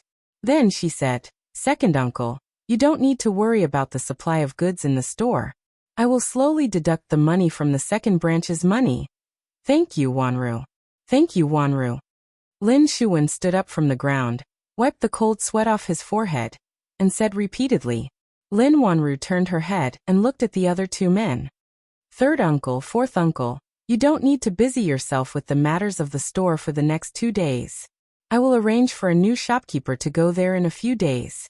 The two men were stunned. They weren't the ones who were embezzling. What did it have to do with them? Wanru, I'm afraid this isn't appropriate." One of the men opened his mouth with a troubled expression. Before he could finish his words, he was interrupted by someone behind him. "Let's do it this way. Wanru, you can arrange these things. We will listen to you when it comes to the business." Yes. Third brother, fourth brother, just do what I ask you to do. Why are you asking so many questions?" Someone else said. "Okay." Seeing that people kept speaking up, the two men's faces gradually showed despair. In the end, they could only grit their teeth and agree. "The store is busy. If there's nothing else, I will leave first." Lin Wanru looked at the crowd and said, No, Wanru, you go ahead. The matter of the store is more important. It's fine here. Remember to inform the authorities and say that it's a misunderstanding."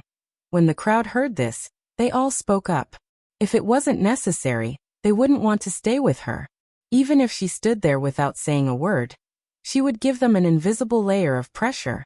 Today was clearly a drama of the second branch forcing the Lin family to abdicate. In the end, the second, third, and fourth branches suffered a double loss. They had completely lost their business with the Lin family. Delegating power had turned into taking it back.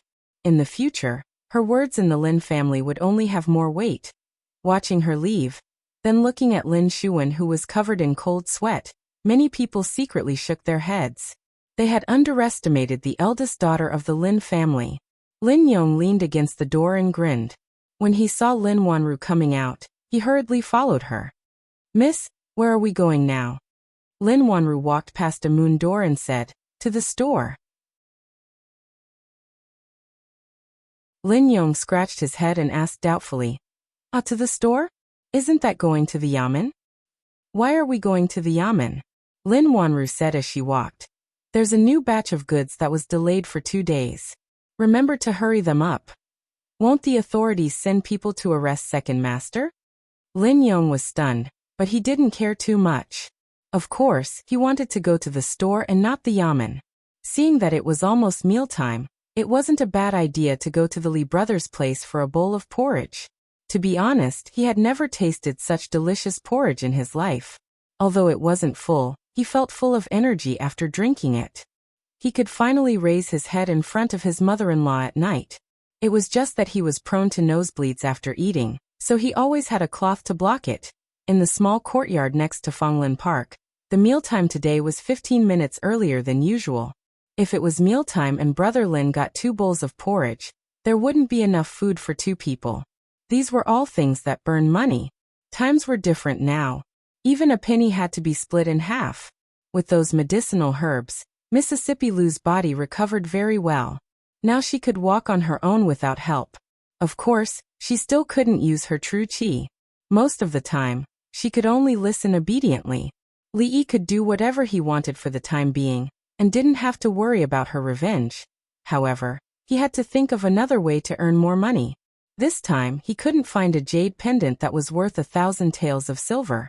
Just as he was worrying, there was a knock on the door.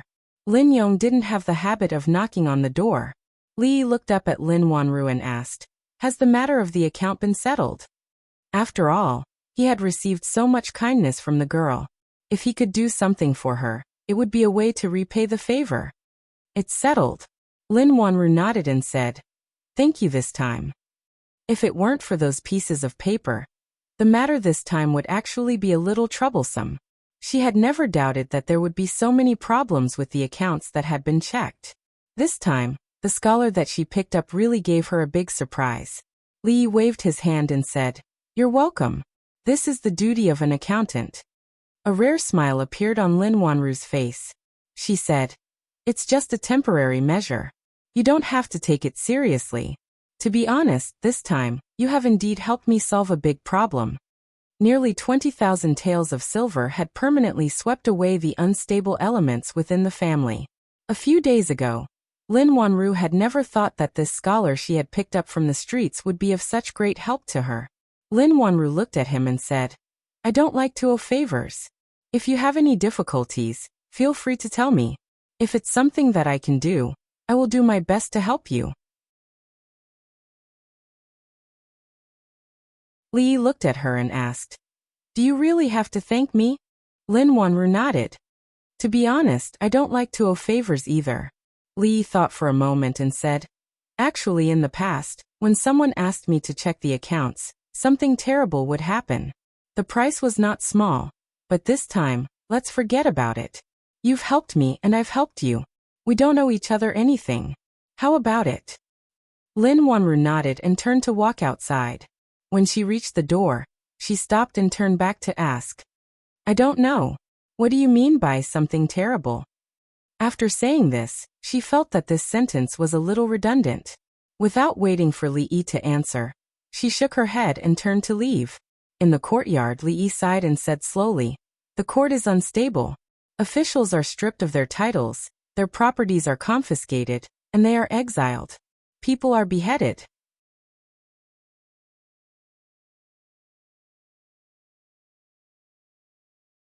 Chapter 673. Confiscation, Banishment, Beheading. Lin Wanru murmured as she walked back to the shop. Then, she shook her head and walked into the shop. When the man called Lin Yong saw her, he immediately walked over and said with a smile, "Miss, we really made the right decision to buy this horse this time. Many people have come to see it these past few days. There's a lot more business every day than before." Colored glaze was a treasure among treasures. It was rare to see it, even in a jewelry store, let alone such a large horse stepping on a swallow. These days, the flow of customers in Fonglin Garden had greatly increased. Although many people came to see the colored glaze and gain knowledge, it was indeed a great boost to the business of the shop. Lin Yong looked at the colored glaze with his eyes shining. He said, "Many people came to inquire about the price of this treasure, but I refused them all. This is the most precious treasure of our Fonglin Garden. I won't sell it no matter how much money you offer." In a small courtyard next to Fragrant Forest Park, Li Yi was fanning the fire with a small fan in his hand. He had wanted to remind Miss Lin to sell off the flying swallowgrass while it was still possible. If some ill-intentioned person came to the kingdom of Qi and tried to sell it off as soon as possible, this thing would be ruined. However, after being disturbed by her just now, he completely forgot about this matter. He could only think about it next time. Mississippi Lu had been recuperating at home these days. She didn't go out at all. If she stayed for a long time, she might get sick. Therefore, he planned to go out with her at night. On the one hand, it was to relax. On the other hand, he could experience the nightlife of the people in the Qi Kingdom. If it weren't for Mississippi Lu, he could also study the similarities and differences of the brothel culture between the Qi Kingdom and the Jing Kingdom. As an important political and military city, the curfew system in Fengzhou City was very strict. For many cities in the back of the city, nightlife just started after 9 p.m. But in this city, people were not allowed to appear on the streets after 9 p.m. The consequences of violating this prohibition were very serious. However, the more severe and oppressive the system was, the more brilliant and prosperous things would be born. The night market in the city, which was even busier than during the day, was a product of this. In less than 2 hours, the whole city was in a carnival. A narrow river flowed through the city. The surface of the river was sparkling. Pleasure boats passed through it. Pedestrians weaved along the riverbank. The hawkers along the street shouted their wares incessantly. The tea houses and taverns along the street were thriving. Sitting on a tall building by the water, he took a sip of wine and looked down at the women dancing gracefully with their sleeves fluttering in the wind. Li sighed. How long had it been since he had been so carefree? This was just a city at the border of the Qi kingdom, but it gave people a feeling that it was more prosperous than the capital of the Jing kingdom. After coming to the Qi kingdom, Li deeply felt that it was not without reason that the Jing kingdom had been suppressed by them for so many years. Putting down the wine cup, he casually slapped away Mississippi Lu's hand that was reaching for the wine pot. He glanced at her and said, "My body hasn't recovered yet. I don't know if I can drink." "Just one cup." Mississippi Lu looked at him and said, "Not even one cup." Li refused without hesitation. Mississippi Lu glared at him, but she did not insist. Li looked at her with satisfaction. He felt a sense of accomplishment in his heart. Recently, Mississippi Lu had become more and more obedient. If she could maintain this attitude after she recovered, how wonderful would life be?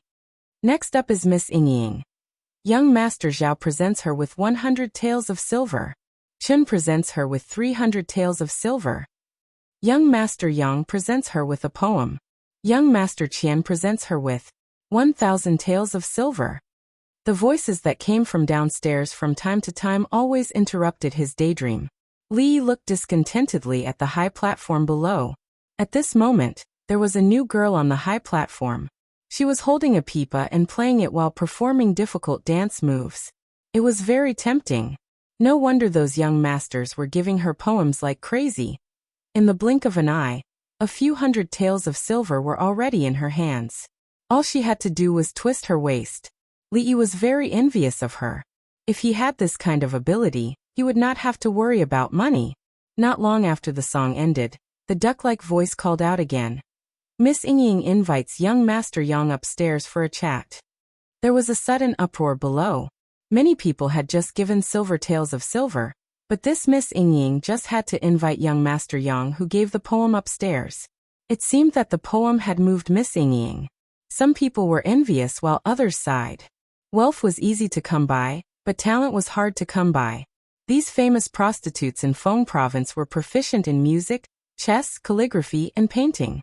No matter which one of them, they could be crowned as a talented woman. Their daily contacts were all famous talents from all walks of life. They had never been interested in idiots who only knew how to throw money. "Why are you moved?" Mississippi Lu glanced at Li and asked casually when she saw him looking down with an envious face. Li nodded and said, "Yes, 1,000 taels of silver, but it didn't even make a splash. It's such a pity. If you gave it to us, you would have enough medicine for next month." Mississippi Lu was startled. Then she shook her head and said, "Medicinal herbs are just auxiliary, it's not necessary." That being said, the sooner Mississippi Lu recovered, the sooner they could go back. Li sighed. "You can't stop taking medicine." Below the pavilion, the topic of the crowd had shifted from Miss Yingying to another woman on the stage. At this moment, the woman who was dancing to the music was also a famous prostitute in Feng province. In terms of fame, she was no less than the former. A slightly chubby young man dressed like a scholar, and holding a folding fan in his hand sighed, and turned away from the crowd. "Hey, isn't this the rich young master who throws money away? There are still a lot of programs later. Why did he leave so early?" Young Master Yingying threw money away, but he still couldn't win Miss Yingying's heart. "What a pity, what a pity." Several voices came from the front. The slightly chubby young man looked up and saw a group of young people coming over. His expression changed slightly. "I don't want to cause trouble today. Get out of the way," he said in a low voice. Then he forcefully pushed the crowd aside and strode outside. He's just a guy who stinks of money. Why is he pretending to be a scholar? Does he really think that holding a folding fan makes him a scholar? He even wants to attract Miss Yingying's attention. He's just a toad lusting for swan meat. He's just an idiot. If it weren't for his rich father, I'm afraid he wouldn't even be able to enter this place. Hearing the mocking voices coming from behind, the young man's body trembled. His face turned pale, but his footsteps became faster. Bulsh *T scholar. So what if he can write a few poems? At the entrance of the pavilion, the slightly chubby young man stood by the side of the road. He clenched his fists and gritted his teeth. Although he said so, his face was full of unwillingness and helplessness. He looked back again, and was ready to leave. What's wrong? Are you unwilling? At this moment, an abrupt voice suddenly came from the dark alley beside him. The voice was full of temptation. The young man suddenly turned his head and looked into the darkness. He asked vigilantly, "Who is it?"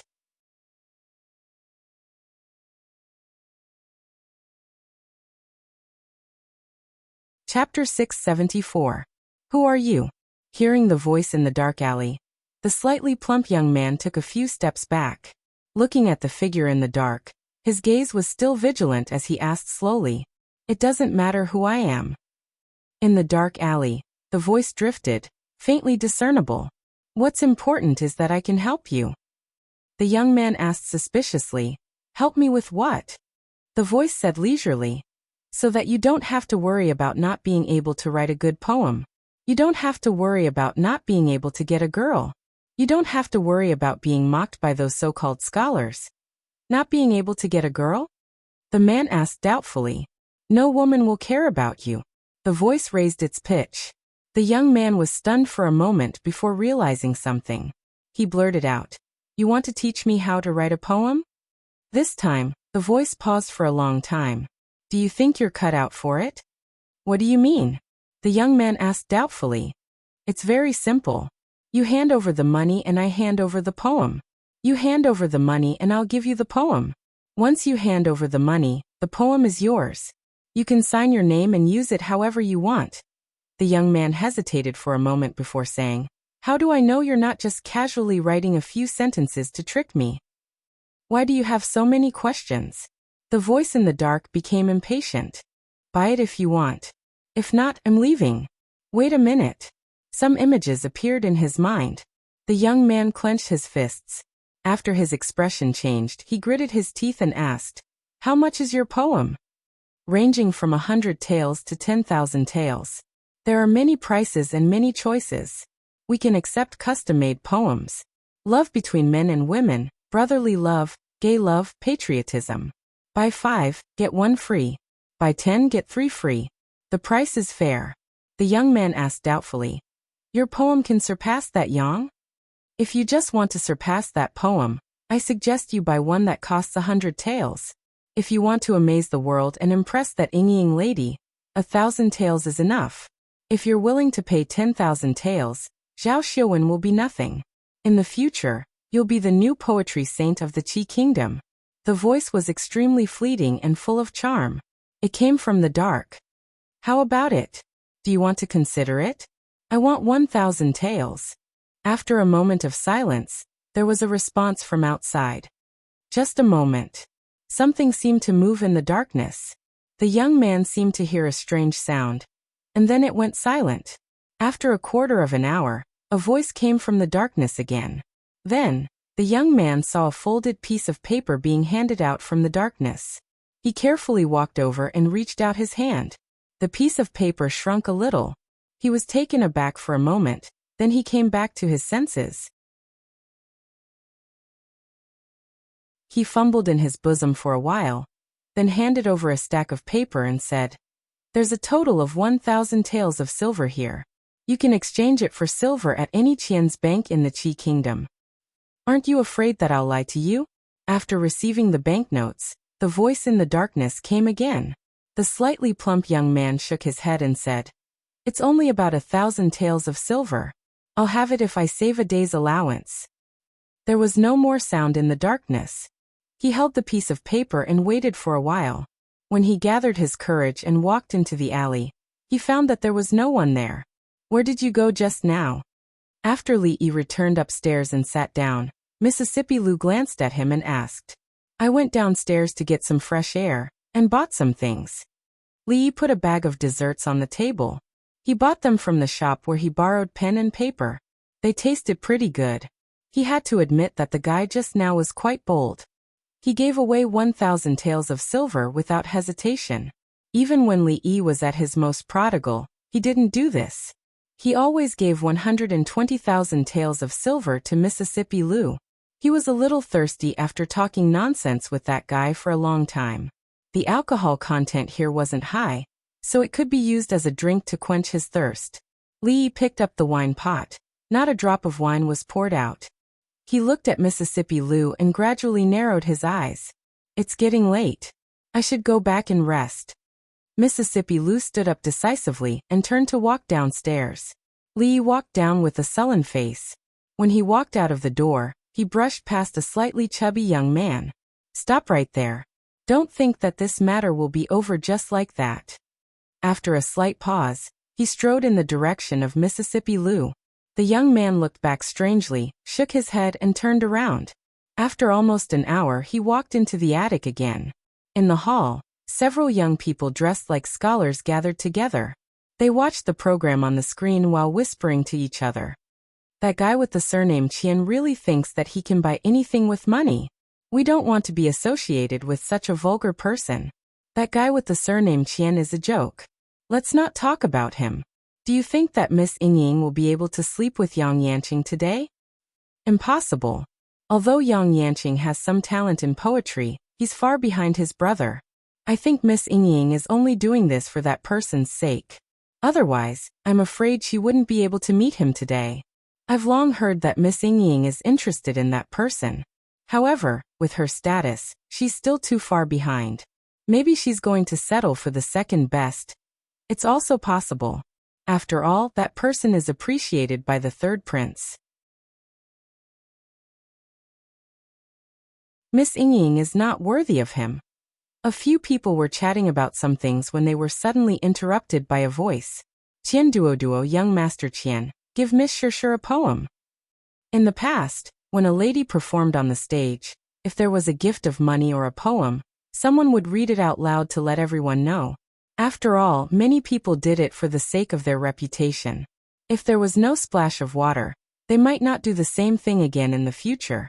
Therefore, in such a place, there would be someone in charge of this matter. Those who frequented this place were already used to it. However, this time when they heard this sentence, many people were stunned. This included the lady named Shishir who was playing on the stage. Her pretty face was filled with astonishment, and her music was a little chaotic. They naturally knew who Qian Duo was. He was the famous young Master Qian in Fengzhou City. The Qian family's banks were opened all over the Qi kingdom. Their business was flourishing everywhere. In the entire Fengzhou City, there were not many families that were richer than the Qian family. The son of a businessman was looked down upon by others. He should have kept a low profile. However, this young Master Qian did not know how to keep a low profile at all. Usually, he boasted that he was a gifted scholar and often lingered in such places. He had spent a lot of money several times, but he did not even get to see the face of a lady. He had become a laughing stock in the eyes of the crowd. Everyone knew that this young Master Qian was a complete idiot. At this time, he was learning from others to compose a poem. Haha, young Master Qian, a poem. Read it, quickly read it out. Let us see what kind of masterpiece young Master Qian has. No, read it later. Let me laugh for a while. In an instant, some people could not help but laugh out loud. The atmosphere in the hall became a little lively. In their eyes, young Master Qian knew how to compose a poem. It was no different from a rooster laying eggs or an iron tree blooming. It was simply a fantasy. At this moment, the crowd only treated it as a joke. Hearing the various voices around him, Qian Duo's expression changed. He pretended to be indifferent, but his fists in his sleeves were already tightly clenched. He had read the poem just now. Although he could not see anything special about it, it was quite smooth to read. There was one word that he did not know. He only found out after asking someone. It should be better than that surnamed Yang, right? In the corner, there was a person holding a piece of paper in his hand. Under the urging of the crowd, he read it out loud. Kai Xiu attentively held the jade bell. That year, she fought to be drunk and blushed. Dancing low in the willow house under the moon, she sang the wind at the bottom of the peach blossom fan. After parting, I remembered our meeting.